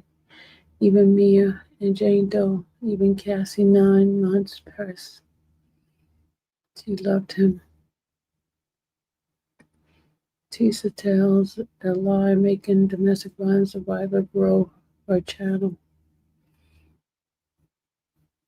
All right, let me finish playing this, y'all. Worse than we treated Cassie. Cassie, what we do to you is going to be nothing that they had on Cassie. They were screaming, they were yelling. Some people were saying, apologize to Diddy, apologize to Diddy. Of course, thank goodness, we had Lenny and we had Jimmy, two of the best armed guards out there. So the one thing is they started foaming like wild dogs because they realized that I was not. Foaming like wild dogs? Foaming like wild dogs?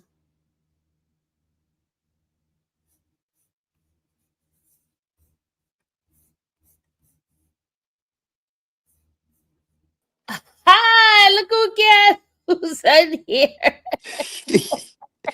What you laughing for, Miss Sylvia? Hey. You come on up here. Wait, what happened? I'm just playing the video. Oh my gosh. Oh my gosh. All of these lies. I think she's having a manic episode. Yeah, yeah, yeah, yeah, And the yeah. lying is really is what's got her under attack. Like, Did you know you're gonna cause Diddy to get more time? Did you know that? when I heard that, all I could do is laugh. And I'm like, who told her that? Like, what? First of all, we are just individuals who have integrity, and we have a duty to inform the people on what's the truth and what's not the truth. She's fake news, sat in the courtroom just like everybody else, and come out every day and report something differently. If you really go and take time and go find 6 or 7 content creators that was in that trial and listen to each and every one of them after every day or at some break in the day where we come out and report, you're going to hear everybody things sound the same, right? When you go to hers, it's totally opposite. It's like stuff that's not even in the transcript. It's stuff, and then she sits in the courtroom and she write notes. So she's coming out telling people that she has the transcripts. Girl, you are lying. You come out with your notepad just like everybody else do. And a lot of times she was sleeping, just like I was. Yeah. And she was blocking people view with that stanky wig. Hey, People, we're not doing name calling over here. Thank you. that No, ain't no name calling. That's a wig. A wig ain't got no feelings. we don't want to talk about her wig. Let's be nice, And please. then it's like, I don't know. I don't know. Like, she's having a nervous breakdown and it's really bad and it's causing her to lie so bad. And like you said, she's trying to sensationalize this and she's trying to get on mainstream media, but they know she's a liar because when she went on Burden of Proof, she wasn't even saying anything like she was saying on her YouTube channel. So it's like, oh yeah, them lawyers got you because they know you a liar. But because she has the views and the numbers, they wanted to boost, they used her, you get what I'm saying, to boost their views. And it's like, girl, what are you gonna cover next? Like, you're gonna make it where you can't even come outside and walk your dog. But she's gonna cover celebrities because the little thing she's not gonna cover somebody who has real domestic violence situation going on and regular people. She's not gonna do that. Mm, Hey, Dr. Gary, it's very Hey, crazy. how you doing, Sylvia? I'm fine. Good. Listen, I just wanted to drop in for a couple minutes. I wanna kind of blog down your channel for a second. Um, and so I just kind of want to echo what the gentleman was just speaking on. Um, and first and foremost, I just want to say this: like, I am not a YouTuber, I'm not a content creator, but I watch channels like yourself, Sean G, Mecca Audio, and various others, and I have been following this case since day one. And I think a lot of people have got the opinions like really misconstrued in the fact that they believe that because you advocate for not being found guilty of RICO, that that's saying that Diddy is an innocent man. And I don't think anybody's saying that. I think we all see it a certain way, which is that if they would have charged him with domestic violence, um, he would be dead to rights and being found guilty and rightfully so and being held accountable. Me as a black man, I'm vested in this case as well as the Young Thug case that you were covering. And to hear this woman every day come out of that courtroom with this skewed and just false view of what is transpiring in the courtroom. When I sit here all day and I listen to you all, it's just baffling to me.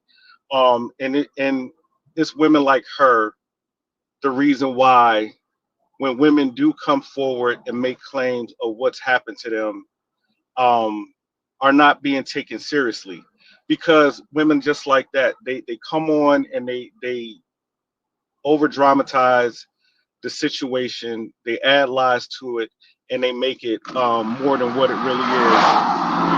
And so yeah, so for me, I just kind of wanted to come on. I truly support you.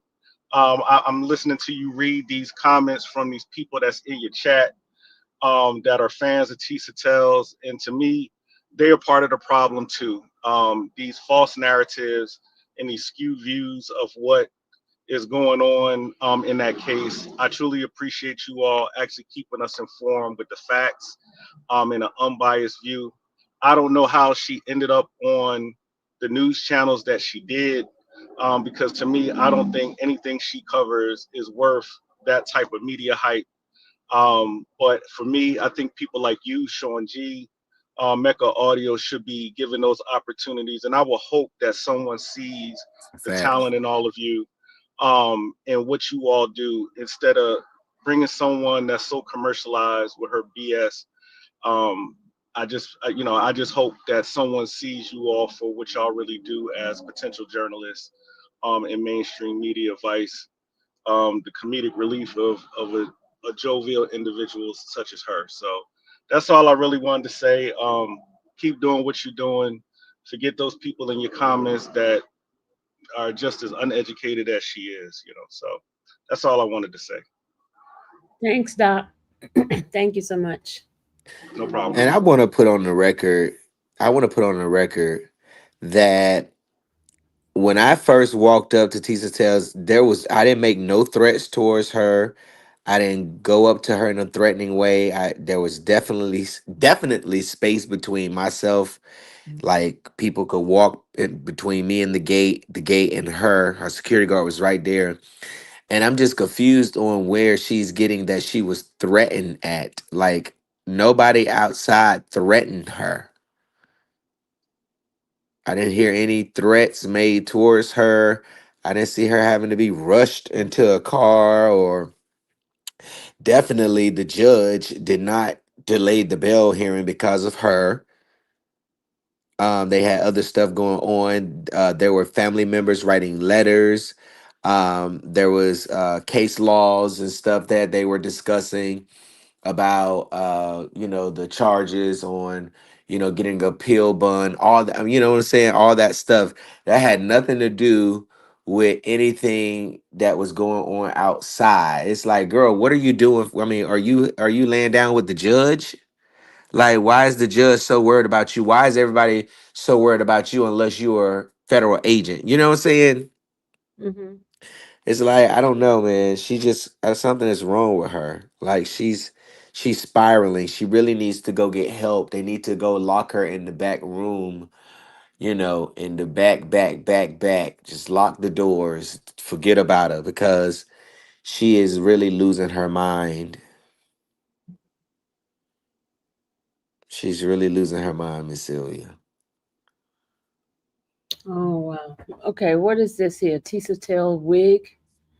I heard y'all coming for me. I stink. Wow. Y'all some terrible people. Y'all some Hey, Uda. These y'all could y'all please stop being mean to the lady? Cause then they gonna That's blame me. crazy.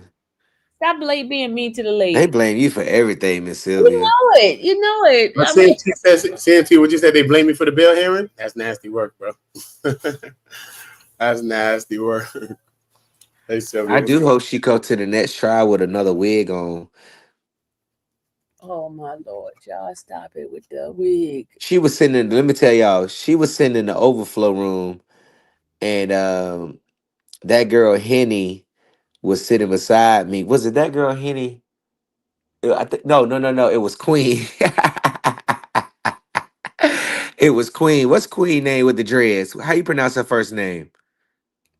Amadeus? I can't Okay, remember. Queen. Yeah, Queen with the dread. Okay, so Queen was sitting right That's there, nasty work if you can't and see. Queen was like, "Scoot down, can y'all scoot down Telling a little people bit? not to cook I her. can't That's see it. bad, and she gonna All be. this has in my face." So I'm like, "Well, damn, what you want me to scoot down or switch spots? With switch spots?" I'm like, "Well, I ain't gonna be able to see." And it's like, "Girl, put a hat on or something, cause she get to come in the courtroom and do what she want to do." But I hope she have a little bust down or something. Don't come in there with no bush. Yeah, I leave the lady hair alone. Yeah. I like to make it about what it's really about. You know what I mean? So I ain't gonna say nothing about it. But if it's about lies or things like that, we're gonna keep it to what it's about. Who is that? Uda? Oh, what's up, Uda? We'll make it to what it's about. You know what I mean? Because it gets mixed. It gets mixed when we start doing the name and all the other stuff. And even if Man, people is listen. that, we always want to be better than that. But we most definitely gonna give you your poison if you need it. You know what I'm saying? I'm And gonna that's call how, it what it is. I ain't mad with you. I ain't mad with I'm you. gonna Can't call tell it what it nobody how to is. call it. That's my Can't tell style. nobody how to call You it. You feel what I'm can't saying? tell That's nobody how my to style. I'm call gonna call it what it it. is. I'm gonna I ain't, roast with my shit. I ain't mad with you because I'm roasting Dr. Bashar right now, so I ain't mad with you. But yeah, man, I mean, Uda, did you hear any threats, bro? I don't know. They're talking about I got thrown into things too. I don't know about. At I the mean, end you of the was day, outside the courthouse most of the time anyway, no, I ain't so hear it's no touch. like, I ain't hear none of those things. No, I didn't hear nothing. People yeah, I'm was not. giving you went over there, said your 1-2 thing. You spun. Exactly. Ratchet went over there, said his 1-2 things. He spun. I think he talked about a wig. At most, that's what he did. And he said all the other stuff he did. Not honestly, because I heard. And Right. and I think Queen was there. She was saying like, nah, I think she worked with prosecution. So you had another voice in the back. But it's not like it's a big team up thing. It was back Nah. there. Ratchet ended up coming back there. So the women was there. You know what I mean? So Yeah, it all kind fact. of came together. But it's not like nobody was there like threatening lives or nothing like that. She was able to leave and go like she left every other day. Nobody really was worried about the guards and stuff like that. So when you come to stuff like that, I Yeah. think those things are lies. So, we're just gonna stand on the truth. And I don't think Yeah, those, that's a fact. Don't Uh, not, What's don't up, not Janata? salute. so, guys, what do you think is going to happen? Because they're having a hearing on Tuesday, and it's not to the public. It's going to be behind closed doors, remote only. So, what do y'all think is going to? Do you think Well, the I judge keep date up? well, I keep hearing on TikTok from these federal criminal defense attorneys saying that he could get time served. And then I'm hearing some saying that he can get a year and a half, but he already got a year in. So, I mean, I Yeah, don't know. he'll have a year and a month. Yeah. Wait till October. So, do they give you your pretrial credit in the feds? Yeah, they said it would Okay. be time Yeah, served. he'll get all of that. He'll get that. Okay. 10 Okay. months is a year. Because I know So in state they do. Okay. So, fed they do too. yeah, Yeah, 10 months is a year. So and he it only depends has to what they give serve him. 85%. It all depends on Wow. what they give him, though. You know what I'm saying? So he could get anywhere from 0 to 10, right? He got 2 charges, 2 counts or whatever, anywhere from 0 to 10. Now, when you're dealing in the What's up, feds, it's Denai? point scale, you know what I'm saying? But usually it's for people that have records or have priors and stuff. Right. So Diddy don't have no priors. Like all his businesses are legal and stuff like that. So he Right. should fall on the lower side, the lighter side of the numbers based on all these things. You know what I'm saying? I Mhm. just played the live. I'm gonna play it again. What the lady says. She's an attorney. She gives you the breakdown of what he should get. Hold on a second. Yeah, he And probably get that's a couple always years good out of too. that. He probably get a couple years if he have 10 months. You know what I mean? The judge can't consider acquitted conduct. So I don't think he's going to get those 4 levels. I think he's going to be at a level 14. Now, there is a special instruction under this guideline that if there is more than one victim, you go to chapter 3 and you address multiple counts, kind of like the grouping rules. So here we might see a couple of levels added because we know he has 2 counts with 2 different victims described in the indictment. So let's say his total offense level is somewhere between perhaps like a 14 or a 16, depending on the multiple counts grouping rules in chapter 3. The other thing you have to calculate is Sean Combs, P. Diddy's criminal history category. We know he has the conviction that he pled guilty to for the domestic violence against Cassie in California, but at most that's probably just a 1 point or a 2 point offense. I don't think he has any felony convictions, so he's likely in criminal history category 1. So then when you go to the sentencing table and compare his offense level to his criminal history category, when we look at those who are in criminal history category 1 and levels 14, 15, and 16, you can see that we're looking at sentences that range from about a year and a few months, a year and a half, to 2 years, 2.5, depending on those grouping rules. So this is certainly a situation where his attorneys can ask for time served. Basically, Sean Combs, P. Diddy, is going to start at a level 14 under this guideline. And there are circumstances where the court could have added 4 levels if there was force or coercion in the case. But here, because he was acquitted, I think, of the sex trafficking by force or by coercion, there is a recent amendment to the guidelines that says the judge can't consider acquitted conduct. So I don't think he's going to get those 4 levels. I think he's going to be at a level 14. Now, there is a special instruction under this guideline that if there is more than one victim, you go to chapter 3 and you address multiple counts, kind of like the grouping rules. So here we might see a couple of levels added because we know he has 2 counts with 2 different victims described in the indictment. So let's say his total offense level is somewhere between perhaps like a 14 or a 16, depending on the multiple counts grouping rules in chapter 3. The other thing you have to calculate is Sean. Okay, I wanted to play that for you guys. So that's her estimate on how much time. About right, and it sounds about right. You know what I mean? On the numbers, because the feds deal with the numbers, man. They deal with what it is. That's how they play. You know what I'm saying? So based on his record, there's a thing called I think relevant conduct, where they could even take some of the things where you were acquitted of and kind of use it to kind of like push for more time out of these charges. But if they were to give him like 10 or something like that, it'd be a lot. You know what I'm saying? It'd be like basically they're trying to get off everything they missed in these RICOs or this trafficking charges in this, you know what I'm saying? Based on his record. But you know what I mean? It could be from 0 to 10 on each one. So that's what he's facing. But he is convicted. So anybody that think he's like he got off or something like that, he still is convicted. So you have gotten something. Anybody to be mad at is not a supporter or a person that don't support Diddy or his family. Anybody to be mad at is the prosecution, the way they tried this case, the way they did this thing, maybe some of the things that they alleged to have, or maybe what they made the case seem like from the very beginning, when they could have probably just been basically honest with everybody and say, look, this is what this thing is about, boom and boom and boom. We looking for this, we looking for laced oils, everybody's looking for all these other things. So I just think, it was on the prosecution. The prosecution had more vitriol for Diddy than it seems like the witnesses have, or the alleged victims or the potential victims. They were talking about Diddy too, but it seemed like the way the prosecution talked about Diddy and the way those people talked about Diddy, it was like 2 different things. So when it was like this tale of 2 trials, it seemed that way. You got the evidence is one, and we are sitting here waiting for more evidence to come. We did get Jane. You know what I mean? So if they didn't have Jane, they'd be like, nah, just fling this whole thing. But they did have Jane, you know what I mean? Whether you believe Jane or not, how much you do or not. You know what I mean? Me, I question Jane's intentions and a whole different thing. And I don't think personally you should have got any time for Jane. That's just my own thought. That's just me. You know what I mean? Yeah, she was a victim in her ways. Yes, she was.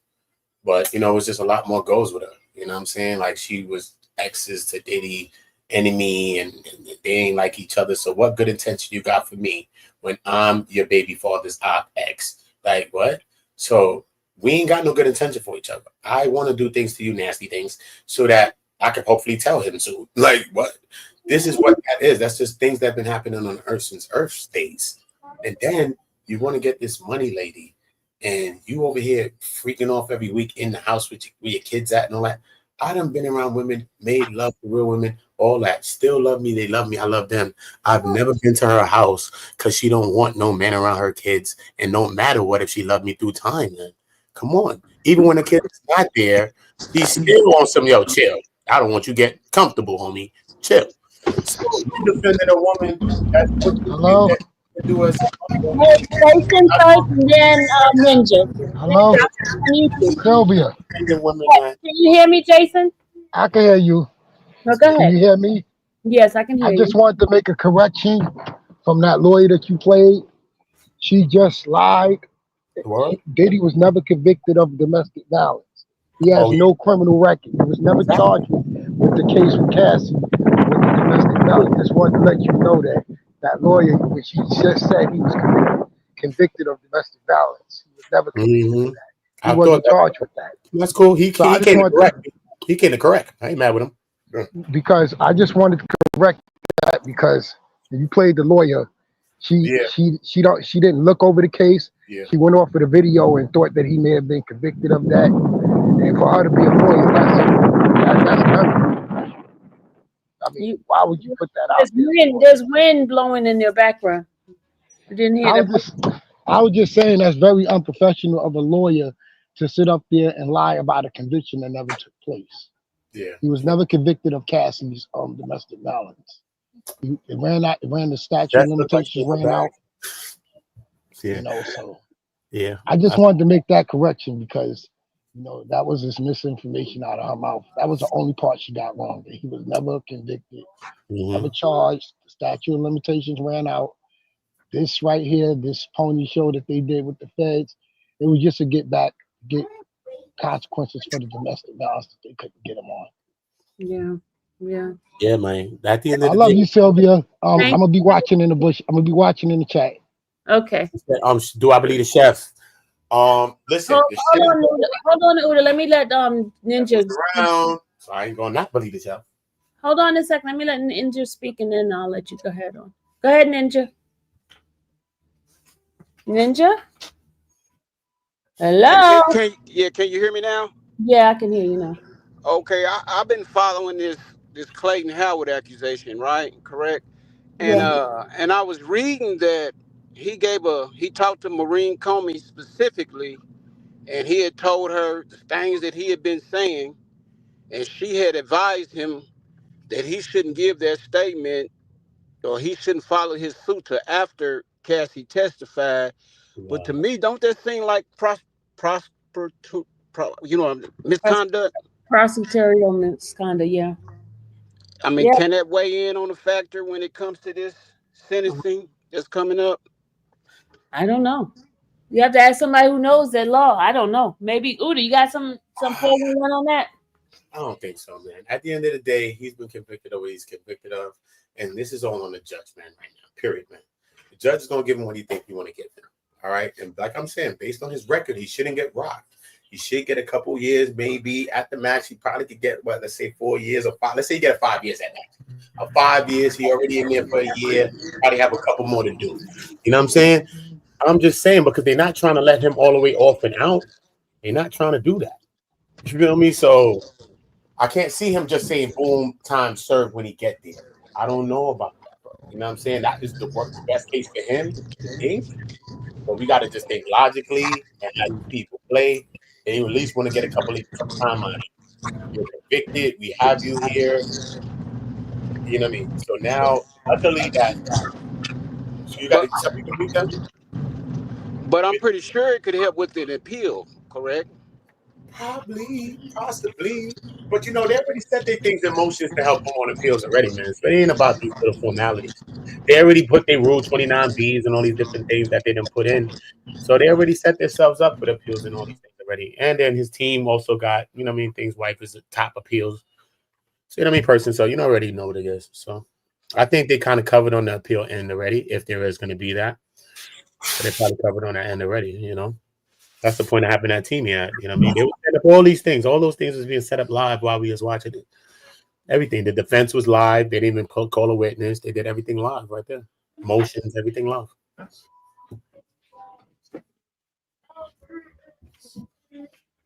Yeah. Sorry about that, y'all. Got noise in the background. My apologies. So that's what I feel about that. You know what I mean? The chef is out there now. She's making her claims. You know what I mean? People saying, do you believe the chef? Don't you believe chef? I don't know. I know the chef was around, though. So I got to just really hear the chef out and really hear what the chef talking about. You know what I mean? I ain't just the one to say, no. I got to really hear what you're saying. I did post the video of the chef, what she said was saying. So it's not like I'm against what I mean. I posted it on my channel. It's on my channel right now in my shorts. But I still got to see more and hear more because I did hear her name brought up a few times in that testimony. It seemed like she was very close. She was around stuff. So she may know some things. So we just got to see what she knows and what's her intention now and what's going on with her now. You know? Oh, it seemed like she had her chance to come to court. Could have too, you know. Yeah. Hey, Travis. Probably get cooked up like Dawn. You get cooked up like Dawn Richard. Now your case looking shaky. So you don't want to get up in there and get cooked. You ain't got no case after you get cooked. You're gonna be looking wild. Like Dawn Richard. You had a case before that, but now you're looking like you coming to see the man trying to get in contact with the man 7 times. How he's sending you DEATH threats, but you were trying to get around him 7 times. Like, what's going on? Stop. Yeah. You know what I mean? Okay. Hey, Travis, go ahead and speak because I don't want you to get lost in the sauce. Yes, ma'am. How you doing? I'm I'm happy that he did got off that RICO charge and stuff like that. But you know, with his bond, him getting denied a bond is a blessing and a curse. And reason why I say it was a blessing and a curse, I think the judge kind of looked at the prosecution side and looked at the defense side and looked at Diddy's side. And me being through some things like that, he don't know that you don't want to get out on bond and get violated at the same time while you're on bond. And then the judge will have stricter sentencing guidelines, even if you mess up one time. So I'm glad that he went back into, the facility and to serve his the rest of his duration of his little time until his sentencing, because main thing is I didn't want him messed up in that system playing the games. Let's get from under the prosecution, and once you get sentenced and you can get on out. And folks, keep all these experts that's coming out talking about he gonna get 10, 5 years. His time has been served under the sentence guidelines, and being in the feds and fighting the feds, knowing they ain't, that judge is not going to give him a stricter sentence. He's not no convicted felon. He don't have no prior charges. No matter if you say you should have got him on something back in the day, you didn't. And the judge gonna have to, it's gonna sentence him under them guidelines. And he gonna, if he going here and accept responsibility, he gonna have a 2 point reduction. When he get to that 2 point reduction and run all his time concurrent, he's going to be looking good and he's able to come back home and savage his life back. So that's all I got to say. Thanks, Travis. It's all up in you now. Sophia. All right, Uda, go ahead. Sophia. No, I hear what he's saying. I ain't against none of that. Facts. But like I said, it's all in the judge, man. It's all in the judge. It's out the jury's hands, out of everybody's hands now. It's up to the judge now. Whatever the judge, Aaron, is going to do. And the judge seems like a very fair judge, man. Even the jury seemed very fair as well, man. So, you know what I mean? They did what they did. You know what I'm saying? They didn't say, yo, you're not guilty of everything. They said, we don't believe Jane and Cassie to the point of the trafficking. We believe that they were most consensual. There's more to this, or it's muddy to the point that we have a reasonable doubt here. And they did the right thing because there's a reasonable doubt there. So they didn't convict there. And on the RICO, maybe they seen the bribery, they seen elements of the awesome, whatever you wanted to show me. But there's still reasonable doubt there as well. So he's just going to modify that. And they convicted on the two things that they thought was the thing. So, you know what I mean? We just got to say, hey, the jury did their thing. You know what I mean? So now we're just waiting for the judge. And Judge Aaron, I'm telling you, if you listen to him, Sylvia got the graces to be in that court every day. I went up there a couple times. I got kicked out one time. But yeah. So they're talking about Diddy locked eyes with her. Yeah. So right man, go Diddy lock eyes with me when they kicked me out the goddamn court. But I got kicked out way before MTA. Yeah, man, we're just going for the judgment. Like I said, but his record speaks more than anything. It's not about who you are. It's about your record. You taking responsibility, owning it right now. I mean, all of them matter. Owning these things. You know what I'm saying? All of these things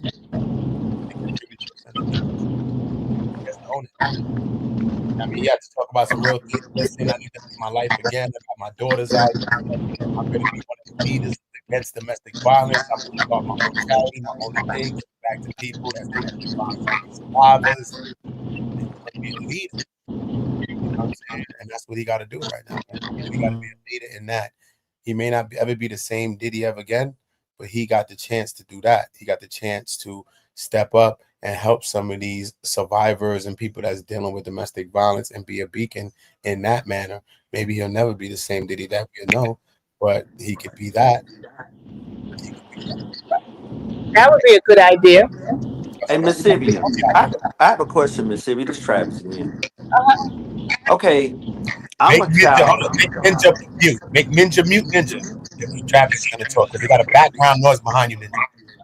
So mute Ninja, Sylvia.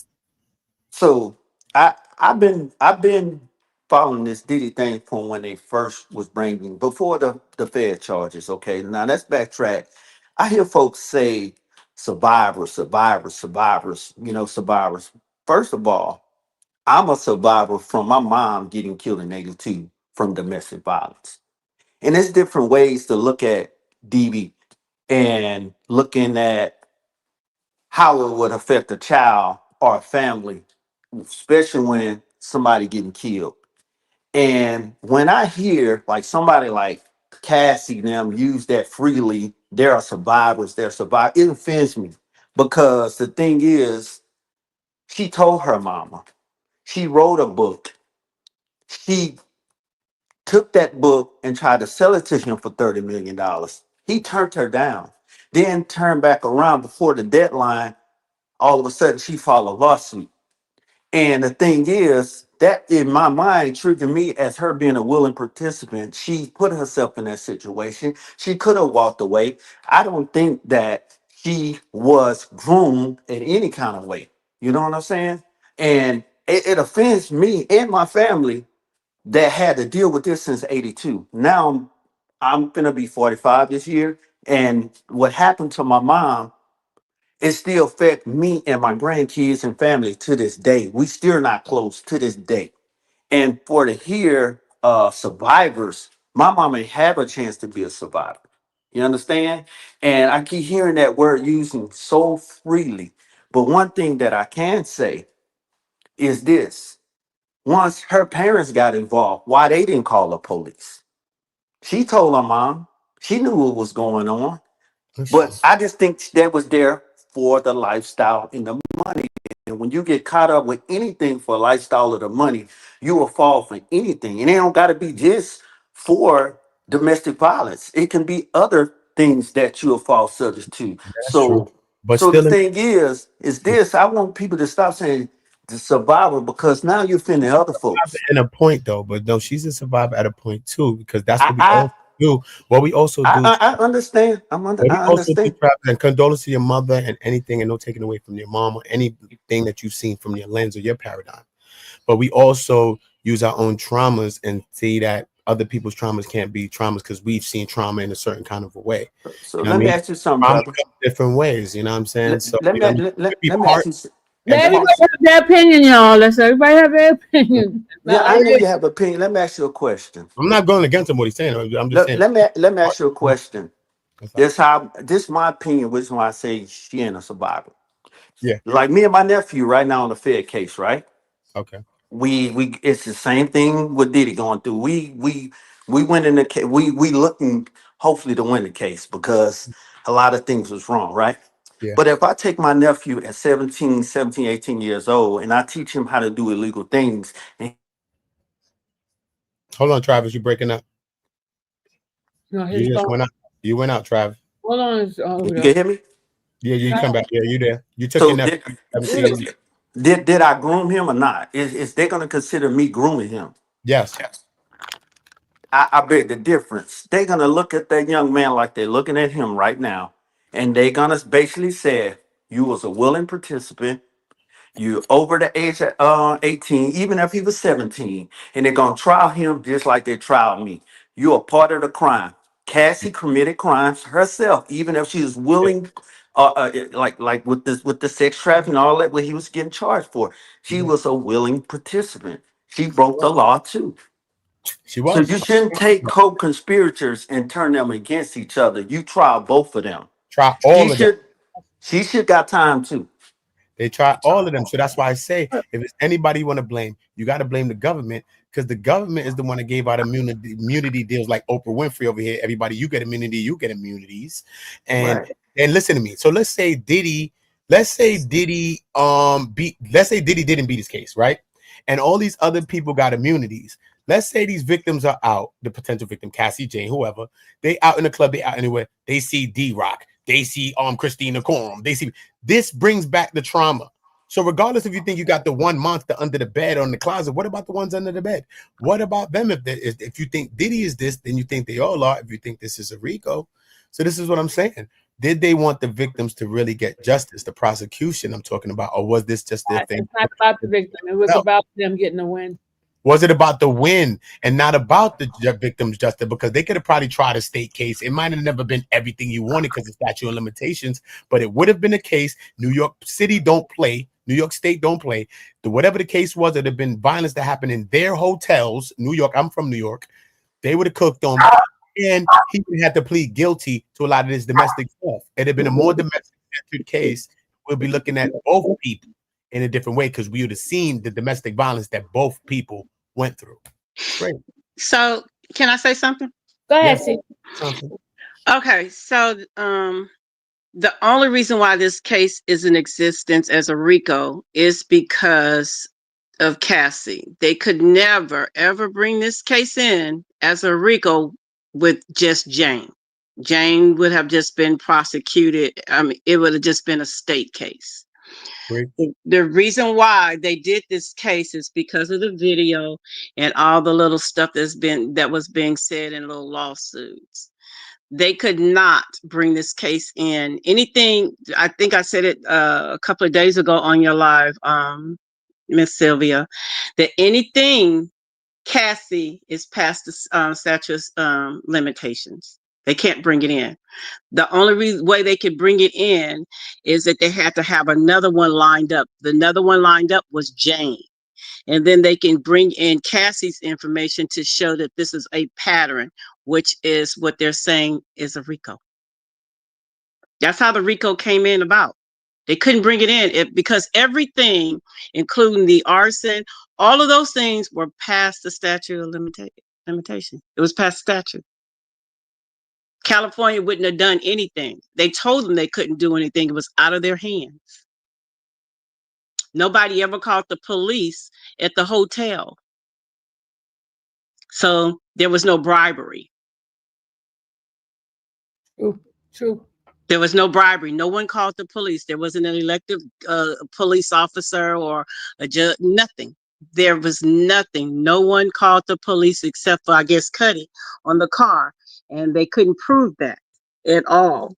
And then as far as that chef is concerned, I think one of the, if I'm not mistaken, in the transcript, David Williams, whatever his name was, he admitted to being the one that assaulted her. And he offered her a little treat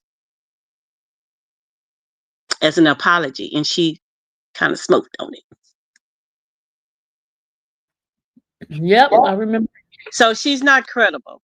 If she was so credible, they would have brought her in. And if everybody think about it, all these people that's saying all this stuff, that's part of the, the whole situation, and that's been saying things and going on their lives or Instagram lives, they were not brought in as a witness. They were not brought in as a witness by the prosecutors for a reason. The reason is because they didn't fit the narrative that they were painting. Exactly. They just weren't fitting that narrative. Even the guy who's trying to sue Cassie now did not fit the narrative because, I mean, I guess you could say he's a victim, but he's also a participant. Yes, he is. Everybody is. Everybody is. That's what the whole thing. They all are. Right. And then as far as the STD, I mean, it's possible that Cassie could have given it to him. It's very well possible. But if he was doing that, then it's very well possible he could have got it from anybody. That's true too. That's true too. And now that you got something and then proving that time you didn't, then it's looking like it could have been a person though. It could have been. I mean, it doesn't necessarily. I mean, doesn't necessarily mean that she even had the type of STD that he's talking about. That he's talking about, or if anyone. I mean, so it's a lot of people that are coming out now. But the thing about it is, for me, in looking at anything, I'm just gonna be honest with you. Maybe it's because of my criminal justice background, history, that I just can't look at anybody and everybody that come out and say that they did this to me. This person did this to me, unless I can just actually see something like, for instance, the Cassie situation, the video. You just can't come back. I mean, I must sympathize with you, and I'm not going to say I don't believe you, but I'm going to reserve until I see more evidence. see some facts. I have to What see about what you evidence. feel about? So what you feel about? Sorry to cut you off, Cito, but what you feel about like? Because I was watching this case, I've been there, so I'm like, what the hell's going on? Because look, first of all, the prosecution brought up 2 escorts out of the whole 15, so we obviously know them other people saying other stuff and they didn't want to call them. But the 2 that they did call didn't even corroborate each other. Punisher was saying one thing, and Phillips was on a whole nother thing against Diddy. Punisher's kind of sounded like he was kind of on Diddy's side in a way. I don't know. And then he went out and did this tour, this press tour. Like after a person gets off the stand, like a big witness like him, because he's one of the escorts in this, he was a big witness. After you get off the stand, then you go on a whole tell-all press tour. How does that affect the case? Do you think that a judge or somebody should be stopping something like that to put a silence on this guy? What do you think about that, C?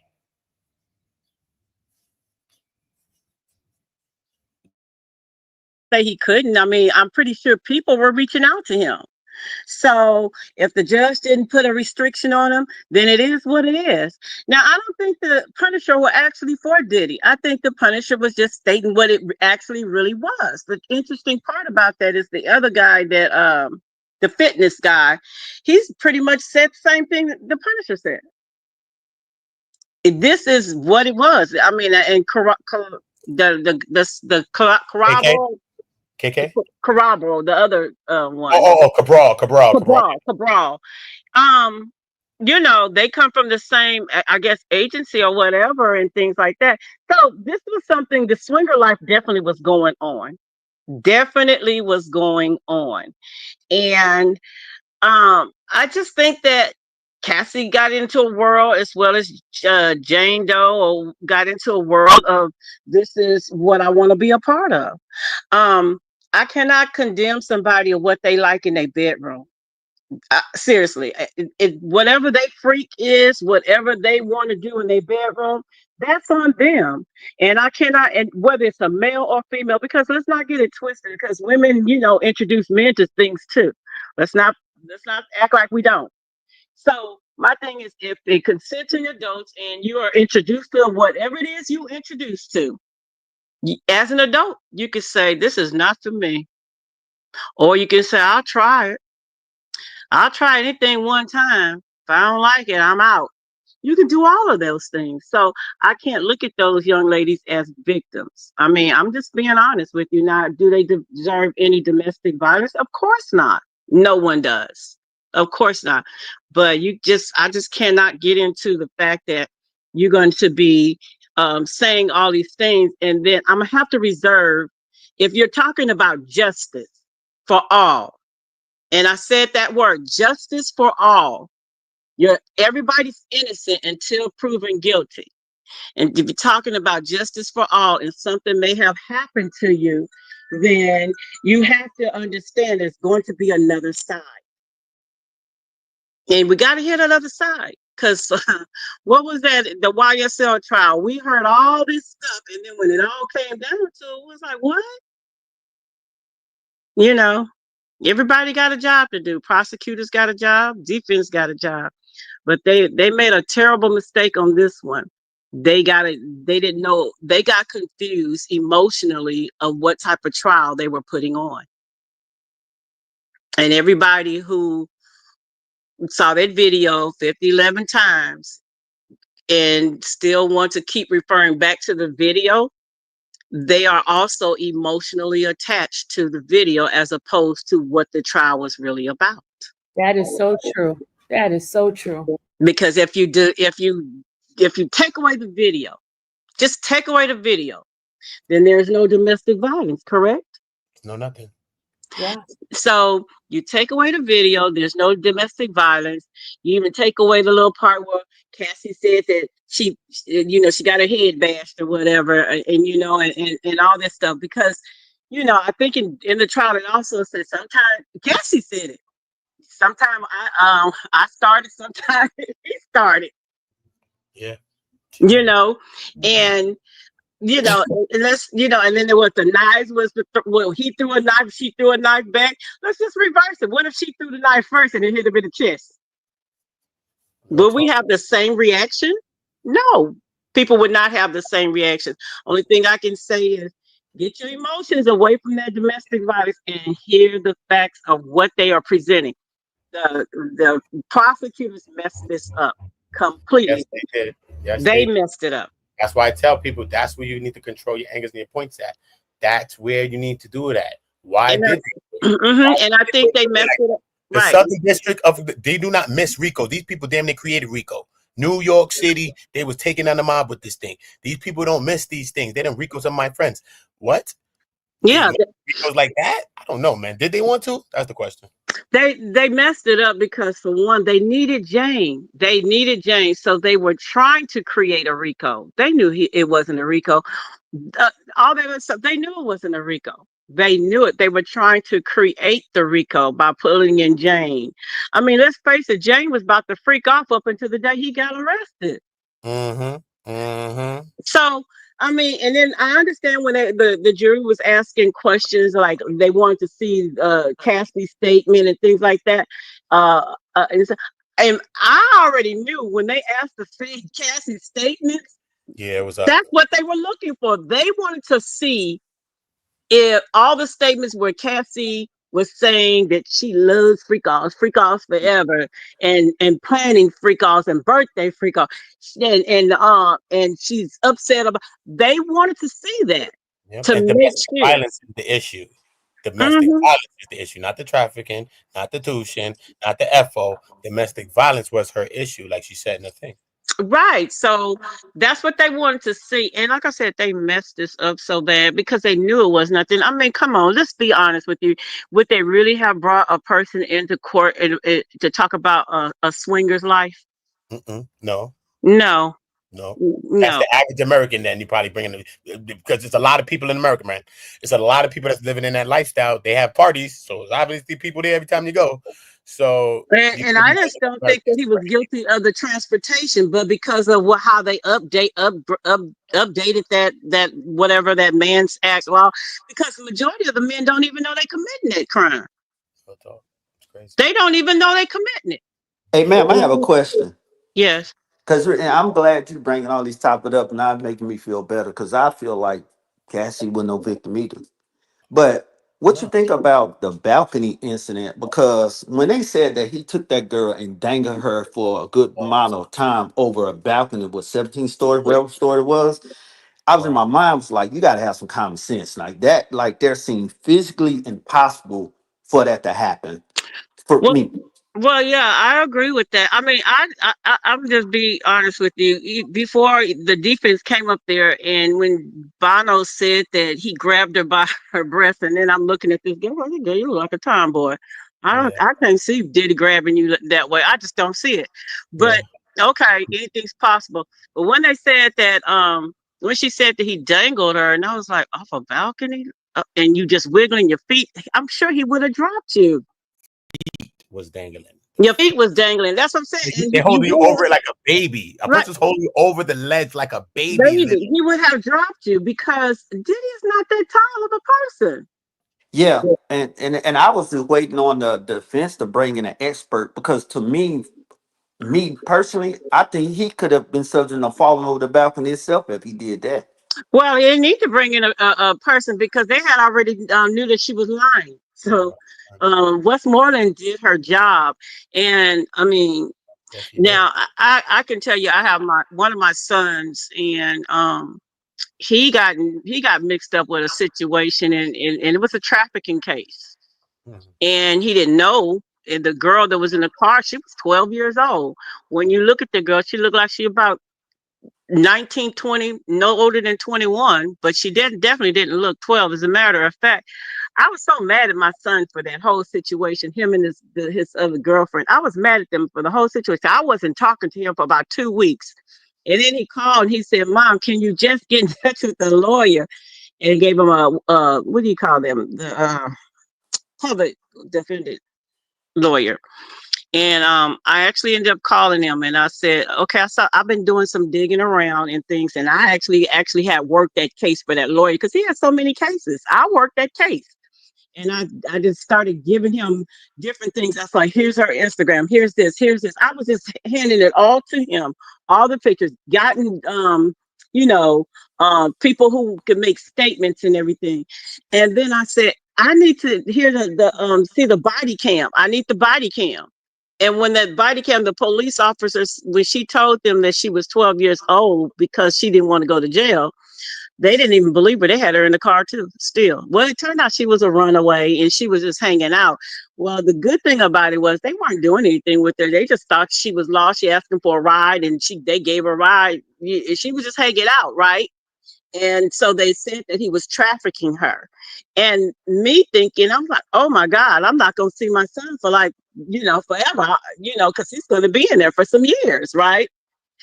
And it turned out where all the information that I gave his lawyer, they dropped the case. That's good. They dropped the case because if you lay down, then they got you if you lay down. But if you know that you're innocent, and I know my son, I know he ain't all that innocent of things, but I know he's not guilty of that. And I said, this is ridiculous. So I ended up fighting the case for him and everything. I'm working a full-time job and I'm fighting his case at the same time. And at the end of the day, that body cam and all that information that the police have said in the records and the foster care and all this stuff, okay, they dropped the case against him. So let me ask you something about your case with And your I'm in son. Texas. Yeah. So you So know I'm in how Louisiana. With the Jim Crow law still exists. I'm gonna ask you a Mhm. question. So when your son got arrested, and I'm pretty sure they put it in the paper, Instagram, on the news, he 100% was guilty by his peers, right or wrong? So they didn't put it in the news. Texas, it takes a lot. It's gotta be real big before to go into a news. In Texas, unless it's like one of those big rings or whatever, then your picture will go all over social media and things like that. Well, it didn't go in the news at all. He was in there like almost a year, but I was fighting the case for him and things. But yeah, I know about they do that out here. And typically, what happens, they are actually watching. They'll watch you for a long time. Yeah. And in my situation, just like with Diddy and your son, I don't know about your son, but they stacked charges. So when they stacked charges, went to the bond hearing the following day, they had put all the stuff on the news like it was 100% guilty, but the attorney ended up getting 95% of the charges dropped, gone, and they hit my nephew with a bogus gun charge. Like, he's not even a convicted felon. They charged him with a gun that was in another location just to build something against him. And then they took my financial records and added it all in. And I didn't even know that there was surveillance in my house, which I had nothing there. So when they built that case, they came the wrong way. But the thing is, in the public eye, just like Diddy was, we was 100% guilty. Yeah, Guilty. that's what the process. I mean, that's the way it is. All over the world, nobody takes in account that you're innocent until proven guilty. I know we live in the world that says that, but we live in a world of judgment. People are going to judge you first before anything, and even if you're found innocent, they still going to judge you because it's not fitting the narrative that they believed. So So when you talked about Jane and you talked about Cassie, so I understand because I started studying her case too. So the brain, you had to have Jane in her, no matter what she said. She could have got on the stand and said that she loved Diddy, he didn't do nothing. But they needed her in to bring back not the 5 years, but the 10 year, which he would have expired this year in April. That's how they was able to They credit was the able RICO. to bring the RICO. They was able to bring a RICO because they had to. They could bring Cassie's case in because it shows a pattern. Right. So in my nephew case, they had a lot of money found in another in a certain location that had nothing to do with him. And when they brought us down, I wasn't thinking at the time because I thought it was over with because it was like a 5 year run, and this year would have made it over with like in February. So what they did, they came 2 weeks before that statute of limitation and came back with anything to make them predicate acts show a pattern. Hmm. So the thing is, when they're trying to show a pattern, I'm not knowing, so they couldn't get him with 2025. They kept me on 2025 and said, oh, we're going to charge him with the 2020 case, which they brought it all the way back up. But what's come out to this is the prosecution just wanted to find a way to keep the money from 2020. So Right, they brought that stuff right. right on Because a back. RICO means that they get to keep your money. Yeah. Because they're saying that she made this money illegitimately doing, washing money or whatever the situation is. That's why the RICO comes about. They get to keep your assets, they get to keep your money and everything. In Diddy's case, they don't get to keep his money. They may make him go to asset forfeiture trial or something like that, like they did Doug, but they supposed to return anything and everything to him. Yep. Yep. He wasn't found guilty on any of those things. So that's the whole thing. In Diddy's What case, would I think it was just more. You It was. got myself, Uda. I think in Diddy's case, it ran deep. I mean, the state of New York wanted that money. That's what they wanted. So it's unfortunate, but I think if people just y'all hear stop, me? All right. yeah, I think if people just stop and understand that, take their the case was tried as this is the charge, but it was the presentation was domestic violence. See, I wanted to ask you something. Like, so look, I was even hearing some things. I was talking with some people, some lawyers. They were saying, like, when you're convicted of this charge, even the charges that he got convicted of, right? So now we know that he ain't really used no cars and no real jets and nothing like that for these cases. He flew them out on commercial planes and stuff like that. But they were saying, like, if in these two charges that he does have and he is convicted of, if he was using like his own personal cars, his own jet, like they was at his house and stuff like that, the feds could confiscate these certain things if he was able to, if he used his personal stuff. Have you heard, what do you know about things like that? Only if it's a RICO. If it's a RICO, yeah, but Right? That's what I'm saying. he's not they can't do anything because he was found he was acquitted of that. But even with the two charges that he have, which is these two federal charges he has, which is ain't RICO, Oh, you're but these saying the two federal charges, transportation of like the. if you aided, like let's say the two shit was instead of it was commercial flights. If you was using your own cars to pick these people up, drive these people to locations, or flights, your own planes to fly these people, they saying like the feds could use anything that was used to aid and abet this crime, they can come and take it. Only if you're getting money from it. Okay. Okay.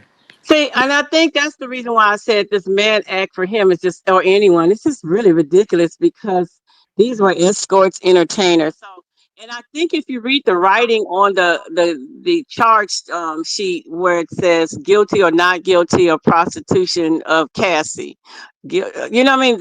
What that wording? To me, the wording says that Cassie and J Lo was a prostitute. That's what, if I read Hmm. that correctly, it looks like that's what it says. And I don't know if they know it says that, but because they would be the customer. All of them is the same thing. Diddy, Cassie, and the man are the same exact thing. All three of them are the same. They I can would see be if Diddy, customers. So the escort would be the prostituter. but I'm just The saying. prostitute. But no, think about this for real though, right? I can see if Diddy was like, yo, you gonna go do it with him, whoever. Diddy got you here with him, and you and him is all doing this. Y'all all doing this. So it's not like you doing this without him. He That's wants to not be the, here, and he wants to be involved in the thing. he was a trick. They was tricks. A trick and a cuck. Yeah. The other ones was they would be the men of the night. Let's say that. You And can say then that. if you look at the paperwork and they listed every one of the business that he was allegedly tied to, and if you look at when they rated his homes, like a lot of that stuff wasn't even in his name. Like I think the mansion Bad Boy was under Bad Boys, but that was like in one of his daughter names. So that just like if he was on a commercial jet and he flying out on a commercial jet that's in a company name, he's just an employee of that company. You get what I'm saying? Mm-hmm. He's just like employee of that company. So that's why the feds came in and said, we want to come get all this business. We want to get all the way in there. You know, you think you that smart? We're gonna put A, Y, B, C, D, and whoever we're gonna unlock this trust that you got inside of all of your business. Because we want to confiscate it all. And that's what the RICO was all about. Mhm. And I think people thought that he just jumped up and did all this, but Diddy had been put those things in his kid's name because he wants to leave them something. And the thing is, you gotta Or his realize mom, he wants to leave his family something. I mean, everything in your name, and if something happened to you, it it's comes to the easier. Yeah. So so I don't think that Diddy just jumped up and started moving assets in his name. I no, mean, he you didn't gotta even think realize, he was gonna be arrested. yeah, I'll be honest, how the feds work, Dave was talking to him. He knew what was going I on think he way knew before. what was going on, but I don't think he thought he would be arrested. I think he thought like whatever you found, you ain't found nothing. But shoot, he didn't know that they was using Cassie's videos and stuff. Right. So let me tell you, like with this, he he knew the feds was probably on him way before then. But even with Jane, you know, he was still with Jane. I guarantee you a dollar donut, the feds had already contacted James, and this man didn't even know it.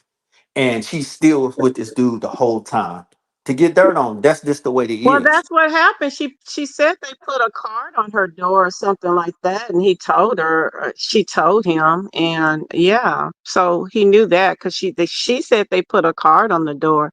And then she said that she had read the lawsuit. I think she kind of flipped the script when she thought that he was going to be found guilty.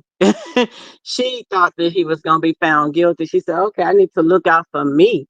Let me go in and put a little sprinkle of a lie on here so I can get me a little something." Well, by me just looking at the testimonies of the two victims, I'm not talking about Key Cudi, but listening to their testimony, it seemed like even a drug mule, like none of them didn't want to be there. They went there to get their immunity out the way till least as possible. And then when they get crossed or when the prosecution is questioning them, it seemed like a lot of their testimony was like, I'm not trying to mess over Diddy. Like you get what I'm saying? Uh, Mm, and when I was seeing, I was like, a lot of these, even Cass, a lot of this testimony is going weighing on his side versus the prosecution. mm. That's how I seen it from day one. Miss Sylvia, I Hmm. mean, do you think that well, I think Don wanted to get up there to drive a hole in his heart. What do you think about Capricorn Card? Do you think that she want She wanted what? to testify? I don't think so. Okay. I didn't think so. I just think Don was the only one that was eager to get up there to testify. That's how I take it. What about Mia? I think Mia wanted to testify because she thought she was going to get some money too. That's why she did it in she did immunity because she didn't want nobody to know that she's testifying. Mm. Yeah, I think they that I don't even know if Kathy really wanted to do it. I think they kind of I think I don't think Cassie wanted to do it. I just don't think Cassie wanted to do it. And I know certainly now that she look back at things, she's like, oh my God, there's this fool coming up here saying I did this. What? Now who else gonna about to come up here and say I can't even enjoy the little money I got? So, so when the feds come, they seen Cass as a co-conspirator. They told her how much time that she was looking at that she didn't corroborate. Yeah. Now that's not act like that didn't exist. And Oh a yeah. woman like that, I'm I- a woman that's in that situation, or any human being that haven't did nothing wrong, that don't live a lifestyle, they're gonna fall. You know, what can I do to save my face? I got my kids, I got this, and that, and other, and I guarantee you, you know, to get these women to flip, they probably was showing Cassie, Mia, John, Daniel, wherever her who she is, showing them picture. Oh, he was with you, but why he was here? You know, that's how they get the women to flip. Yeah, because You of know, jealousy. Yeah. Yeah, they showing they're making them jealous. Yeah, Oh, he did this, but he bought her a bag. You didn't know about this, right. huh? Mm-hmm. Mm-hmm. Mm-hmm. Yeah, He pulled Mm-hmm. this out of his DM. He didn't tell you this. Let me show you this. right. Yeah. Yeah. Yeah. And they shouldn't have With been Capricorn, they all surprised love him, though. man. Look, they shouldn't have been surprised because Jane Doe was watching them. She was watching closely on that Instagram, Mm-mm-mm. so she Yeah, wasn't she is watching. surprised at all. She was watching closely. Yeah, she ain't nothing to play with though. Jane ain't nothing to play with. She know what the hell's Yeah, going on. and I don't She think knows they what's going on. want to call. There was no way they was gonna call Christina Court because it wasn't gonna go their way. But everybody has some kind of love for him, though, man. Even Yeah. Capricorn, So right? Miss Cynthia, Capricorn, she had some letter talking about them and their love Hold on. and all this other stuff. See, Yeah. phone for a minute. It's like, oh, gone now. Yeah, yeah, Capricorn. I think it's gonna be really weird. And Tuesday, so Tuesday, what are they gonna talk about on Tuesday? Tuesday, mute yourself for a minute because I hear the repeat. Okay, Tuesday they're doing to see whether or not they're going to expedite the sentencing date, whether or not they're going to move it up. So they're going to talk about those things, but it's not to the public. It's behind closed doors with the judge and the attorneys. Okay, good. Good. Trust me, I tried to go in there, but I was like, no, they're not letting us in. Okay, well, good. That I wish that I don't think Puffy is interested in doing anything else with anybody. I think he's a family man. He definitely didn't want to be taken away from his family. I don't think he cared about business No wise women. stuff, but his family, that's just Yeah, something he did not want to be taken away from his family or never. anything. Never, never. That's why when somebody says anything like Puff will do something to his kids, we know that's a blatant lie. Because Puff would never do nothing to his kids. I don't believe that. His mom and his kids, we know that he loves them besides anything else he loves. We know that he loved them. Just like I give you the reference of a Will Smith, you can say Will Smith is this and this and that. Even if he kissed Jaden on the mouth, you are never gonna say to me that you believe that Will will do anything to Jaden. You're not gonna tell me that because you don't believe that. Mhm. You know what I'm saying? So Yeah. And they were saying something else also. I can't remember what I saw, whose live that was. They were saying something about um, the king. Somebody said king. It might have been our old girl, not even close to his son or something like that. And they was talking about king. Um, and I said, shoot, everybody got problems with their adult kids or their teenagers.